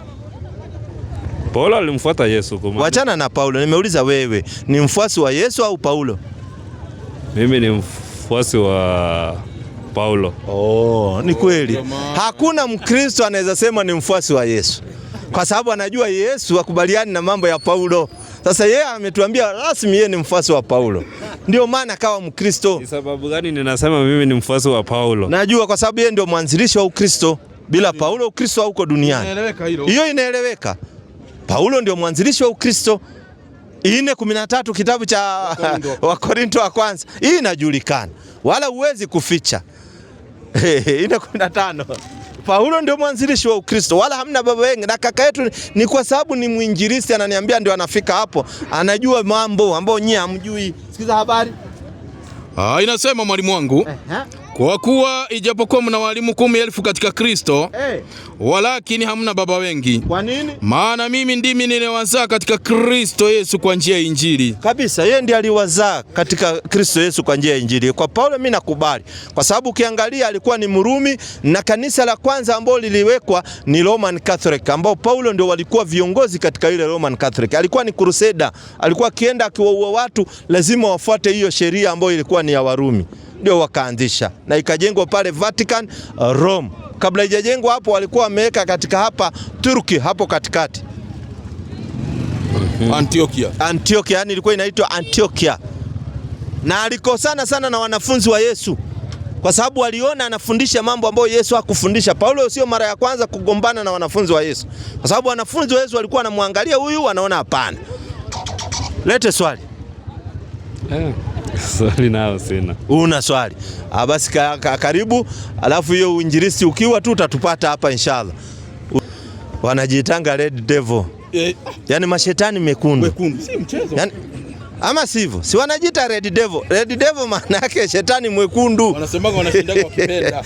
Asante. Mimi wananiita Salim. Mimi naitwa Milton. Umenikumbusha zamani Milton Obote. alikuwa kiongozi kule Uganda. Mkristo Muislamu? Mkristo. Mkristo. Injika swali. Nauliza swali. Naam. Nimesikia wameuliza bradangu hapa mambo ya Ukristo, na mimi kama Mkristo niligundua kwamba mimi ni Mkristo kusoma kitabu cha Biblia, ambapo nilipata tunafuata Yesu Kristo, kwa sababu Yesu Kristo mwenyewe pia alikuwa Mkristo. Sehemu gani ya Biblia inasema Yesu alikuwa ni Mkristo? Nipe andiko mheshimiwa. Tupe andiko mheshimiwa, tuisome kukiwa mchana kweupe. Sasa andiko inasema Yesu alikuwa ni Mkristo sehemu gani? Ambapo Yesu alienda katika hekalu. Kabla ya kwenda hekalu tulikuwa tunataka tuone wapi Yesu alikuwa ni Mkristo. Iko hiyo andiko kakaangu? Pole pole. Niambie nitoe tu. Tuitoe tuisome wote waione. Kukiwa kweupe para uwanja. Soma kitabu ya Yohana. Yohana ngapi? Yohana. Nishafika muda mrefu. Yohana, hebu angalia Yohana 15. 15 ngapi? Moja ama? Nishafika. 15 moja ama ngapi? Ukiteremka hapo hivyo. Soma moja kutoka hapo mpaka enda mpaka 5 tuone kama itapatikana, ikikosekana tuende kwa. Inasema 15 moja. Yohana mtakatifu. Naam. Mimi ndimi mzabibu wa kweli. Asante. Na baba yangu ni mkulima. Asante. Kila tawi ndani yangu lisilozaa huliondoa, na kila tawi lizaalo hulisafisha, ili lizidi kuzaa. Ninyi mmekwisha kuwa safi kwa sababu ya neno nililowaambia. Kaeni ndani yangu, nami ndani yenu, kama vile tawi lisiloweza kuzaa peke yake lisipokaa ndani ya mzabibu, kadhalika nanyi msipokaa ndani yangu. Mimi ni mzabibu, ninyi ni matawi. Akae ndani yangu nami ndani yake. Hii ni habari ya kukaa ndani ya Yesu na sisi tukae ndani yake na yeye akae ndani yetu, ni hiyo. Sasa na mzabibu, hakuna andiko mimi nimepata nayo inasema Yesu alikuwa ni Mkristo. Pili ukasema Yesu alienda hekalu. Kwani hekalu ni kanisa ama hekalu nini? Hekalu ni kanisa. Hekalu ni kanisa. Mbona katika Ufunuo naona 11:1 Ufunuo inasema hekalu kuna ibada inafanyika, lakini kanisani sioni? Hebu sikia. Inasema mwalimu wangu, nikapewa mwanzi kama fimbo. Asante. Na mmoja akaniambia, inuka ukalipime hekalu la Mungu. Asante. Na madhabahu. Na hao wasujuduo humo. Mbona hekalu inasema wale watu wako hekaluni wanasujudu? Wale wasujuduo humo. Ndani ya hekalu watu wanasujudu. Na mahali unasujudu hakuna kiti, na kanisani umeweka kiti na meza. Ukienda kusujudu mahali kuna meza na kiti utagongwa. Sasa lazima uondoe viti na uondoe meza ndio uweze kusujudu, peleke uso chini. Viti tunakalia. Sasa kusujudu ndio tumeambiwa hekalu lazima usujudu, upeleke uso chini. Kusujudu tunapiga Mungu magoti chini tukiomba. So wewe unapiga magoti, lakini tumeambiwa kusujudu. Kusujudu maana yake kuweka paji la uso chini. So bado hujafanya hiyo ibada inayotakana hekaluni ya kupeleka uso chini, sio ya kupiga magoti. Ya kupiga magoti ni mambo mengine yaliyoletwa na huyo Dr. Paulo. Sasa hiyo tunafanya kama sisi wake. 20:36 kitabu. Inasema mwalimu wangu. Yeye anasema anafanyanga hiyo ya kupiga magoti. Ya kupiga magoti ni tofauti. Sikiza habari. Alipokwisha kunena haya akapiga magoti. Au akapiga magoti. Akaomba pamoja nao wote. Na ndio unaona watu wakipiga magoti wanaomba, wanamfanyaje? Wakalia sana wote. Na katika kuomba uanga mnalia, kweli uongo? Uongo. Amuliangi? Oh baba. Hiyo ikwangi kilio. Sisi hatuli. Malizia basi. Wakamwangukia Paulo shingoni. Wakambusu. Unaona, sasa hii ya kupiga magoti ukimaliza unaambiwa unabusu. Sasa kubusiana sasa unaona ama mke wa mtu amekaa kando yako unabusu mke wa mtu. Wakati Yesu alienda pale mlimani kuomba. Alipoenda Yesu alipiga magoti. Yesu alipoenda pale hakupiga magoti. Alifanya ibada gani? 26:39 kitabu cha Mathayo. Wewe Yesu alipoenda pale alisujudu, alienda kifurifuri. Sikiza habari. Inasema mwalimu wangu. 39 kwenye kuandika. Akaendelea mbele kidogo. Angalia, Yesu akaendelea mbele kidogo, akaanguka kifulifuli. Akaanguka kifulifuli. Kuanguka kifulifuli ni kupeleka uso mpaka chini. Hiyo ndio inaitwa kifulifuli. Ndio Yesu alikuwa akimwabudu Mwenyezi Mungu hivyo. Ibada ndio huwa inatekelezwa namna hivyo. Hako anapiga magoti kama nyinyi. Sina swali. Una swali? So karibu sana. Wewe ukiwa na swali utakuja. Aya Kirande. Mimi naitwa Ken. Ken, Muislamu, Kristo? Kristo. Mkristo. Injika swali tulisikia. Okay, mimi sina swali. Okay, nimekuwa hapa nikatoka nikaenda. So sijajua ni mjadala gani ambao mnajaribu kuongelea hapa. Lakini mimi vile nimekuwa hapa, ile kitu nyinyi mnajaribu kufanya hivi, mnajaribu kutetea dini ya Kiislamu, mnataka kuchukua tuseme okay, ni kitu ambacho kulingana vile naona mnasema hapa mnaeneza sasa Kiislamu.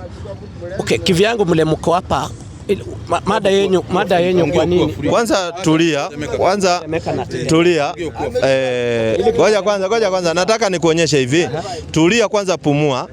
Tuko katika ndani ya nchi ya Kenya ambao kuna katiba ambayo inasema kuna freedom of speech na kuna freedom of worship. So wewe ukitaka kutangaza dini yako hujakatazwa na yote. Yule atakuwa na interest na wewe, akikusikiza, akikuuliza maswali, mzungumze. Unaona, hata devil worship wakija waweke yao pale, watatangaza, hakuna mtu atawanini. Tuko katika nchi ambayo iko sawa. So wewe kwa sababu umekuja, una swali gani ya kutuuliza? Kwa sababu tuko hapa kiserikali imekubali mtu yote ana freedom katika nchi ya Kenya. Una swali gani?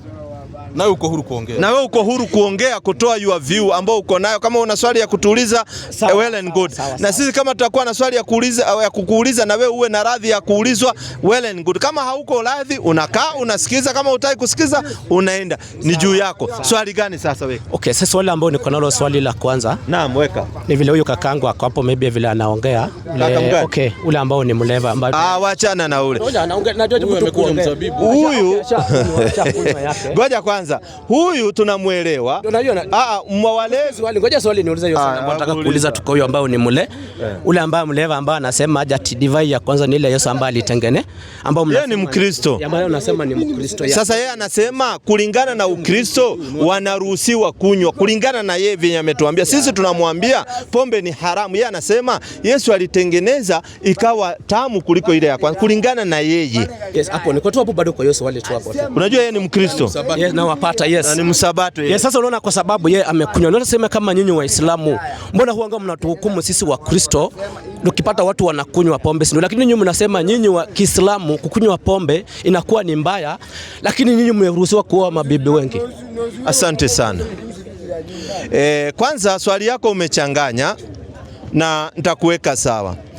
Kwanza sisi tunakataza watu kunywa pombe 5:90 Qur'ani. Alafu nikuonyeshe kuoa bibi wengi na kunywa pombe vitu mbili tofauti. Ngoja kidogo ndakuonyesha ya kuoa bibi wengi. Ukuwa mpole. Niko tu mpole, ngoja tu kidogo. 5:90 si umeuliza? Ngoja kidogo. Mimi sina kifua. Nataka mnipe kwa Qur'ani, hapa ambapo inasema bado na pia bado kwa Biblia bado. Sasa tunafaa tufanye hiyo comparison zote. Msinifungue tu Qur'ani peke yake. Hakuna shida. Usikonde. 5:90 Qur'an. Kwa jina la Mwenyezi Mungu mwingi wa rehema na mwenye kurehemu. Enyi mlioamini. Bila shaka ulevi na kamari na kuabudiwa au kuombwa asiyekuwa Mwenyezi Mungu na kutazamia kwa mishare ya kupigia ramli na kwa vinginevyo yote haya ni uchafu, ni katika kazi ya shetani.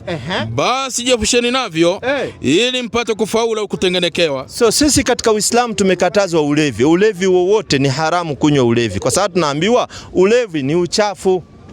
Sawa? So ndio unaona tukiona mlevi tunamwambia wacha pombe. Kwa sababu tena hata ukinywa pombe sana, madaktari wanasema kwa mfano mtu amezoea pombe, ameanza kunywa pombe akiwa na miaka 20, akifika miaka 30, upime akili yake pamoja na akili ya mzee wa miaka 90 inatoshana. Kwa sababu inaathiriwa na ile pombe. Pili, pombe inaharibu katika viungo vya mwili wa binadamu. Anashindwa hata tendo la ndoa na mambo mingi sana. So ndio tunawakataza kwa sababu pombe inaleta madhara katika mwili. Na nchi ya Kenya inatumia pesa mingi sana kufanya rehabilitation. kwa ajili ya walevi. So hata hapa tunawasaidia bado nchi ya Kenya kuwaambia watu wasinywe ulevi, wasitumie dawa ya kulevya, wasivute bangi. Hii yote inawaharibu katika miili yao. Ambara vizuri kupata. Sasa kuoa wake wengi, sisi tunaoa ni kwa sababu sisi ni wanaume, na mwanaume akiwa na nguvu anaongeza mke. Lakini kuongeza mke inategemea unaongeza namna gani. Qur'ani 4:3. Pole pole. Ngoja ni mimi sitaki tu naona you just based on Quran. Pia bado mimi nataka naona pia bado naona you based on Quran, you based on the Bible. Tufanye hiyo hii ya ulevi. Yes, tunafanya hii ya ulevi. Mnasoma tu Quran tu peke yake. Asante. Nataka pia bado mrefai kwa Biblia. Asante. Hii ya ulevi Qur'ani peke yake ndio imekataza. Lakini Biblia inakubalia. 5:20 kitabu cha Timotheo 23. Walilewa sana huko. 5:23 inakubalia Biblia. Kukunywa kidogo, na ndio unasikia kaka. Ndio hiyo, hebu sikiza.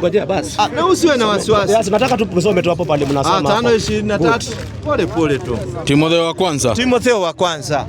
Inasema mwalimu wangu. Tokea sasa usinywe maji tu. Tokea sasa usikunywe maji tu. Biblia Timotheo anasema lakini tumia mvinyo kidogo. Kwa nini? Kwa ajili ya tumbo lako na magonjwa ya kupatao mara kwa mara. Unaona hata ule anaanza kuchangamka. So ndio unaona siku kusomea Biblia ni kusomea Qur'ani imekataza kabisa. Lakini Biblia inasema pombe ni dawa. Yes. Ndio nasema yes, ni pombe ni dawa ya tumbo. Lakini hawajasema watu waku amesema wewe rudia, utumie. Nimeelewa sasa. Hawajasema utumie. Umesema utumie. Sikiza tokea sasa usinywe maji tu. Usikunywe maji tu, lakini tumia mvinyo kidogo. Tumia mvinyo kidogo. Kwa nini? Kwa ajili ya tumbo lako na magonjwa ya kupata mara kwa mara. Sasa inakuwa ni ngumu sana kumkataza, kwa sababu ikisema kidogo, kuna mtu akinywa chupa moja ni kidogo, kuna mtu akinywa chupa 6 ni kidogo kwake. So haijaweka kidogo. Sasa hapo unaona hapo kama sisi sasa Wakristo, na nyinyi Waislamu hapo ndio huwa tunakosea. So hebu tueleze hapo panasema. Unaona hapo Timotheo hapo. Hapo alikuwa ni Paulo. Pana maanishaje? Huyu ni Paulo ambaye alikuwa alikuwa aliandika hiyo kitabu ya Timotheo, na alikuwa anamwandikia Timotheo, ambao Timotheo mwenyewe ambaye alikuwa ni ambaye alikuwa na ugonjwa wa tumbo, ambaye alikuwa amemwambia kunywa pombe kidogo. Hata ukiumwa na asante. So ngoja kidogo. Wala hata sina shida. So Paulo anamwandikia Timotheo. Na ilikujaje sisi tukaisoma wakati ilikuwa ni ya Timotheo? Tunasema tumekuja sasa tunaona sasa kwa sababu ya hiyo H pylori ile ambayo inakuanga kwa tumbo. H pylori ni dawa yake hiyo. Kuna ile nayo inakuanga na dawa yake so sisi ambao sisi tumechukulia na kwa hiyo pombe ambayo iko hapo sasa kwanza tunabeza hapo kwa sasa tusiseme hapo tuseme ati kwa sababu ati imeandikwa kwa Timotheo hapo imeandikwa hapo. Sisi tunasimama katika msimamo wetu, pombe ni haramu. Pombe yoyote iwe chang'aa iwe prisina sijui iwe gani yote sisi tunasema ni haramu. Iwe ya kienyeji ya kisasa yote ni haramu. Si tunakataza kwa sababu pombe ina maradhi mingi. Pili, kuoa sasa 4:3 Qur'ani. Kuoa mtu aoi hivi. Pole pole tumalizie. Maana muda nao inakimbia. Unaona brother yako vile amechangamka kule. Kusikia pombe. Akisikia tunampingia analeta shida sana. Bismillahirrahmanirrahim. Na kama mkiogopa kutowafanyia uadilifu mayatima, basi ogopeni vile vile kutowafanyia uadilifu wanawake. Asante. Basi oweni mnawapenda katika wanawake, maadamu mtawafanyia insafu, wawili au watatu au wanne tu. Na kama mkiogopa kuwa mwezi kufanya uadilifu, basi oweni mmoja tu. Qur'ani inatuambia kama wewe uko na uwezo unaozungumziwa hapa ni uwezo wa kimali na uwezo wa kiafya. Wewe una uwezo wa kumiliki wake wawili, kwa sababu kuna mwanaume akikaa na mke mmoja anamuumiza, kwa sababu ule mwanaume anakimbia 24 hours na ule mwanamke raundi moja yeye asachoka hataki anaumia. Na wakati mwingine gari. Sasa wewe hujaridhika, sasa itabidi tena uende huko nje ukazini.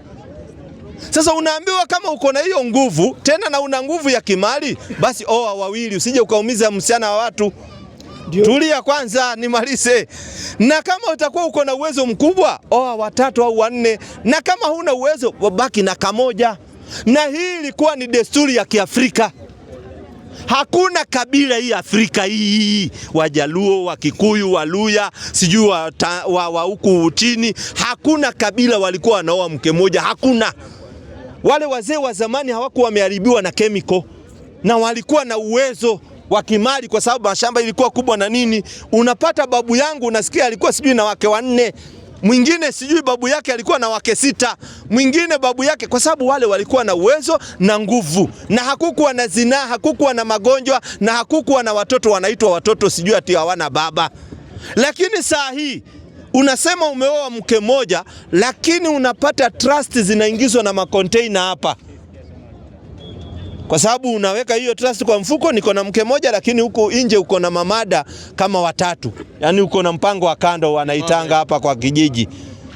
Okay. Sasa hiyo yote ni uzinifu. Kama uko na uwezo ongeza, kama huna uwezo baki na mmoja. Sasa swali langu ni sasa, nyinyi kulingana vile mnasoma Quran, nyinyi mnakuja kutuelezea kuhusu Quran ambao kwetu imekataa kuoa au mabibi wengi kulingana na Quran. Sisi kama Kristo, kama ukitaka kuwa overseer katika kitabu cha Titus, ukitaka kuwa overseer ama deacon, ni ule mtu ambaye kuna mke mmoja. Mimi nauliza watu wa kawaida, watu wa kawaida wanafaa kuoa wangapi? Hakuna mtu wa kawaida, mradi tu mtu ambaye unajiita, ngoja kidogo tu, mtu ambaye si deacon. Deacon ile ni ile ni msamiati ambao ilitumika, mtu ambaye anajitanisha na Yesu. Ile mtu ambaye anajitanisha na Yesu ndio ameruhusiwa, ndio anaitwa deacon. Deacon sio msamiati. Mwache kidogo tu ndio mpate vizuri. Tupate nini? Deacon ndio nakwambia, deacon. Ngoja kidogo. Deacon ama overseer ni ile majina ambayo ilitumiwa. Hakuna pale ambapo wanatumia kama sasa tunaita mtu anaitwa apostle ama tunamuita pa. Ni majina mawili ambayo ilitumia. Hakuna shida. Nauliza hivi. Ambayo sasa mwiba ambaye anasema hapa deacon ndani ya Biblia. Je, kuna watu walikuwa wameoa zaidi ya mke mmoja na ni watu wa Mungu kama Daudi, kama Suleimani? Na je, wakati walioa wake wengi, je, Mungu alisema wataenda motoni? Sasa hiyo swali umeuliza swali nzuri sana. Kulingana vile umeuliza hiyo swali, kuna zile vitu mbili ambazo Mungu mwenyewe aliweka. Kuna ile kitu inaitwa the permissive way and the perfect way. The permissive way, sisi unaona the perfect way ile Mungu ambaye alitaka, kwa sababu tulikuwa wagumu, akawa ametutengenezea sasa ule mke mmoja, lakini kwa sababu ya our desire akaturuhusu tuongezee mwingi ambayo haikuwa mpango yake. Sasa unataka kuniambia Mungu alipatwa ghafla kitu hakupanga? Kwani Mungu hakuwa anajua miaka 1,000,000 kutafanyika hivi na hivi? Hata Abraham Mungu alikuwa anajua. Yes, kitu ambacho hata Abraham vile alikuwa amewasindona, alikuwa ameoa bibi. Alikuwa ameoa bibi 3 Ibrahim. Ndio huyo. Sasa ndio nataka nikuambia, hata mimi nataka sasa niwaeleze vile nyinyi mnajaribu kutetea. Hata mimi lazima nitetee dini ya Kikristo. Wala sina shida kutetea. Nataka unaona hata huyo Suleimani ambao mnajaribu kuongelea huyo Suleimani, Mungu mwenyewe alikuwa amemwonya, akamwambia Suleimani, kwa mabibi ambao utaoa au mabibi wengi watakuonyesha miungu zingine za kigeni ambao utafanya nini, ambao utaangami. Asante. Oficha Suleimani kwa sababu ya kuoa mabibi wengi ambao tunasema Suleimani alioa mabibi wengi. Suleimani mwenyewe alimaliza nini? Alimaliza akaisha. Hakuna shida. Tuje kwa Ibrahimu. Ibrahimu ni rafiki wa nani? Ibrahim alikuwa ni rafiki ya nani? Alikuwa ni rafiki wa Mungu. Asante. Huyu rafiki wa Mungu alikuwa na bibi wangapi? Ngoja kidogo tu. Alikuwa na bibi mmoja. Bibi wa kwanza alikuwa anaitwa Sara, ambao Mungu alikuwa amefunga utumbo wake kwa anaweza zaa. Akakuja akapata, akachukua neno, alikuwa mfanyikazi wake, akamwambia zaa mtoto ambao kupitia kwake nitaitanishwa naye. Alikuwa ni bibi yake ama alikuwa ni bibi yake? Sara, mbona Biblia inasema ni bibi yake? Alimupea. Sasa mimi ukinipea bibi yako sasa atakuwa ni bibi yangu. Basi sasa akiwa bibi yako shida iko wapi? So alikuwa ni bibi yake. Nataka tusiseme rafiki ya Mungu alizini. So alikuwa bibi yake. Ndio nakwambia. Unaona watu nataka kama walikuwa nakwambia kuna vitu mbili ambazo Mungu alikuwa ametengeneza. Ngoja kidogo tusiende mbali. Wewe unaweza bibi wangapi wewe? Nani? Wewe unaweza wa bibi wangapi? Mimi si ni mmoja. Kama wewe unaridhika na mmoja ni sawa. Kuna wanaume hapa hawezi ridhika na mmoja. So usiwawekee hiyo limitation. Tunawajua, ndio nasema usiwawekee. Ndio naweka tu vizuri, kwa sababu hata Wakristo kuna watu wanakufa, tunaona kwa mazishi walikuwa na wake 2 au 3. Wacheni kuwawekea limitation wakati wana uwezo. Kama una uwezo kubaki na kamoja. Kuna hapa mambo ya nguvu ya ngojea. Si mambo ya nguvu ya kiume ni kidogo kulingana na ile neno bila Mungu vile alituweka ile kitu. Unaona hiyo the permissive way ile ambayo sasa ni njia ambayo kwa nataka. Unasikia? Wala mimi sina. Ile njia ambayo alikuwa alitaka tukue na bibi mmoja. Hiyo yako sina tatizo nayo. Manake nataka nitumie hekima moja uelewe, kama wewe unaridhika na mke moja, Qur'ani hata imetueleza kabisa sio lazima uwe wake wawili. Kama wewe unaridhika na mmoja, ridhika naye. Lakini nimekueleza unaweza oa mke akawa akona matatizo pia, yeye akienda, nikisema raundi moja wewe unajua amechoka, na ukienda naye unamuumiza, na wewe bado una nguvu, so itabidi na wewe ukae ngumu tu hivyo hivyo. Unaona, itabidi ukae hivyo hivyo. Unaona, au mke wako akaja akawa mgonjwa katika hizo sehemu, kunatokeanga hivyo, na wewe si mgonjwa. Sasa itabidi wewe na wewe ujifunge ukae hivyo hivyo. Lakini katika Uislamu ikitokea vitu kama hizo dharura, ule mke amekuwa mgonjwa, kwa sababu sehemu yote inaweza kuwa mgonjwa, unaoa. Na wewe mwanaume ukiwa mgonjwa hizo sehemu, una haki ya kumpa mke wako talaka aende olewe, kwa sababu atakuwa akizini akiwa kwa nyumba yako, kwa sababu hata yeye binadamu ana hisia. Lakini wewe unaniambia dini yenu inaruhusu wewe hata ukiwa mgonjwa hiyo sehemu ni mke wako akae hivyo? Hata sijakueleza inakuaje? Wacha nikuambia pia, unaona vile mnasema nikuja mambo ya talaka kulingana na hii Biblia ambayo tunasoma. Nimesema Biblia lazima tuipigane, lazima tuitetee. Fafanua, inakuaje? Unaweza kuwa pia bado unaona kulingana na ile pia bado vile unaona Timotheo mwenyewe alikuwa anaweka talaka. Kuna zile vitu ambazo zilikuwa unafuata kule, zile nyenzo ulikuwa unafuata kumpa mke wako talaka, kwa sababu hauwezi amka, kwa sababu bibi yako anakuwa ni mgonjwa, kwa sababu tunampa. Kwanza tusiende kwa talaka ya ugonjwa. Nasema hivi, kwa mfano mke wako amekuwa ni mgonjwa, hii sehemu zake zimekuwa ni mgonjwa kabisa, na umeambiwa na daktari usimguze huko, hiyo sehemu amekuwa ni mgonjwa na anaweza chukua kama miaka 10 ndio apone. Sasa wewe utafanyaje? Umeuliza swali hiyo swali ambao umeuliza swali vizuri. Unaona kitu ambao umesema no, hakuna kitu ambao nitafanya. Daktari ameniambia mke wangu anaweza chukua miaka 10, si ndio? Usiguze. Sasa wewe utafanyaje? Na wewe ni mwanaume na unakula chakula na uko na hisia. Unasema yes, nakula chakula. Na daktari hakuna kitu, daktari huwa atibu. Daktari huwa anatibu na yes. Wacha kurudi hapo.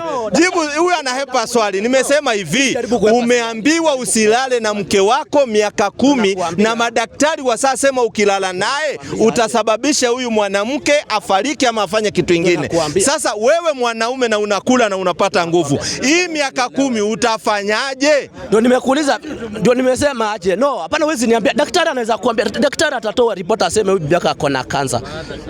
Nipeana tu mfano hivi, ndio usilale naye miaka 6. Lakini si daktari. Daktari utafanyaje sasa? Ajui my future. Daktari ajui. Sasa utafanyaje wewe? Nafanya nini? Nitakaa hivyo. Huyu anasema atakaa hivyo miaka 10. Na ndio tunapata watoto huku mtaani hawana baba. Ni hawa tu. Huyu ni mwanaume na lazima mwili itakusumbua, hata utakonjeka mgonjwa. Hakuna ni sawa. Ni sawa. Wewe umesema utakaa hivyo. Ni sawa. Wa hadha, assalamu alaykum wa rahmatullahi wa barakatuh.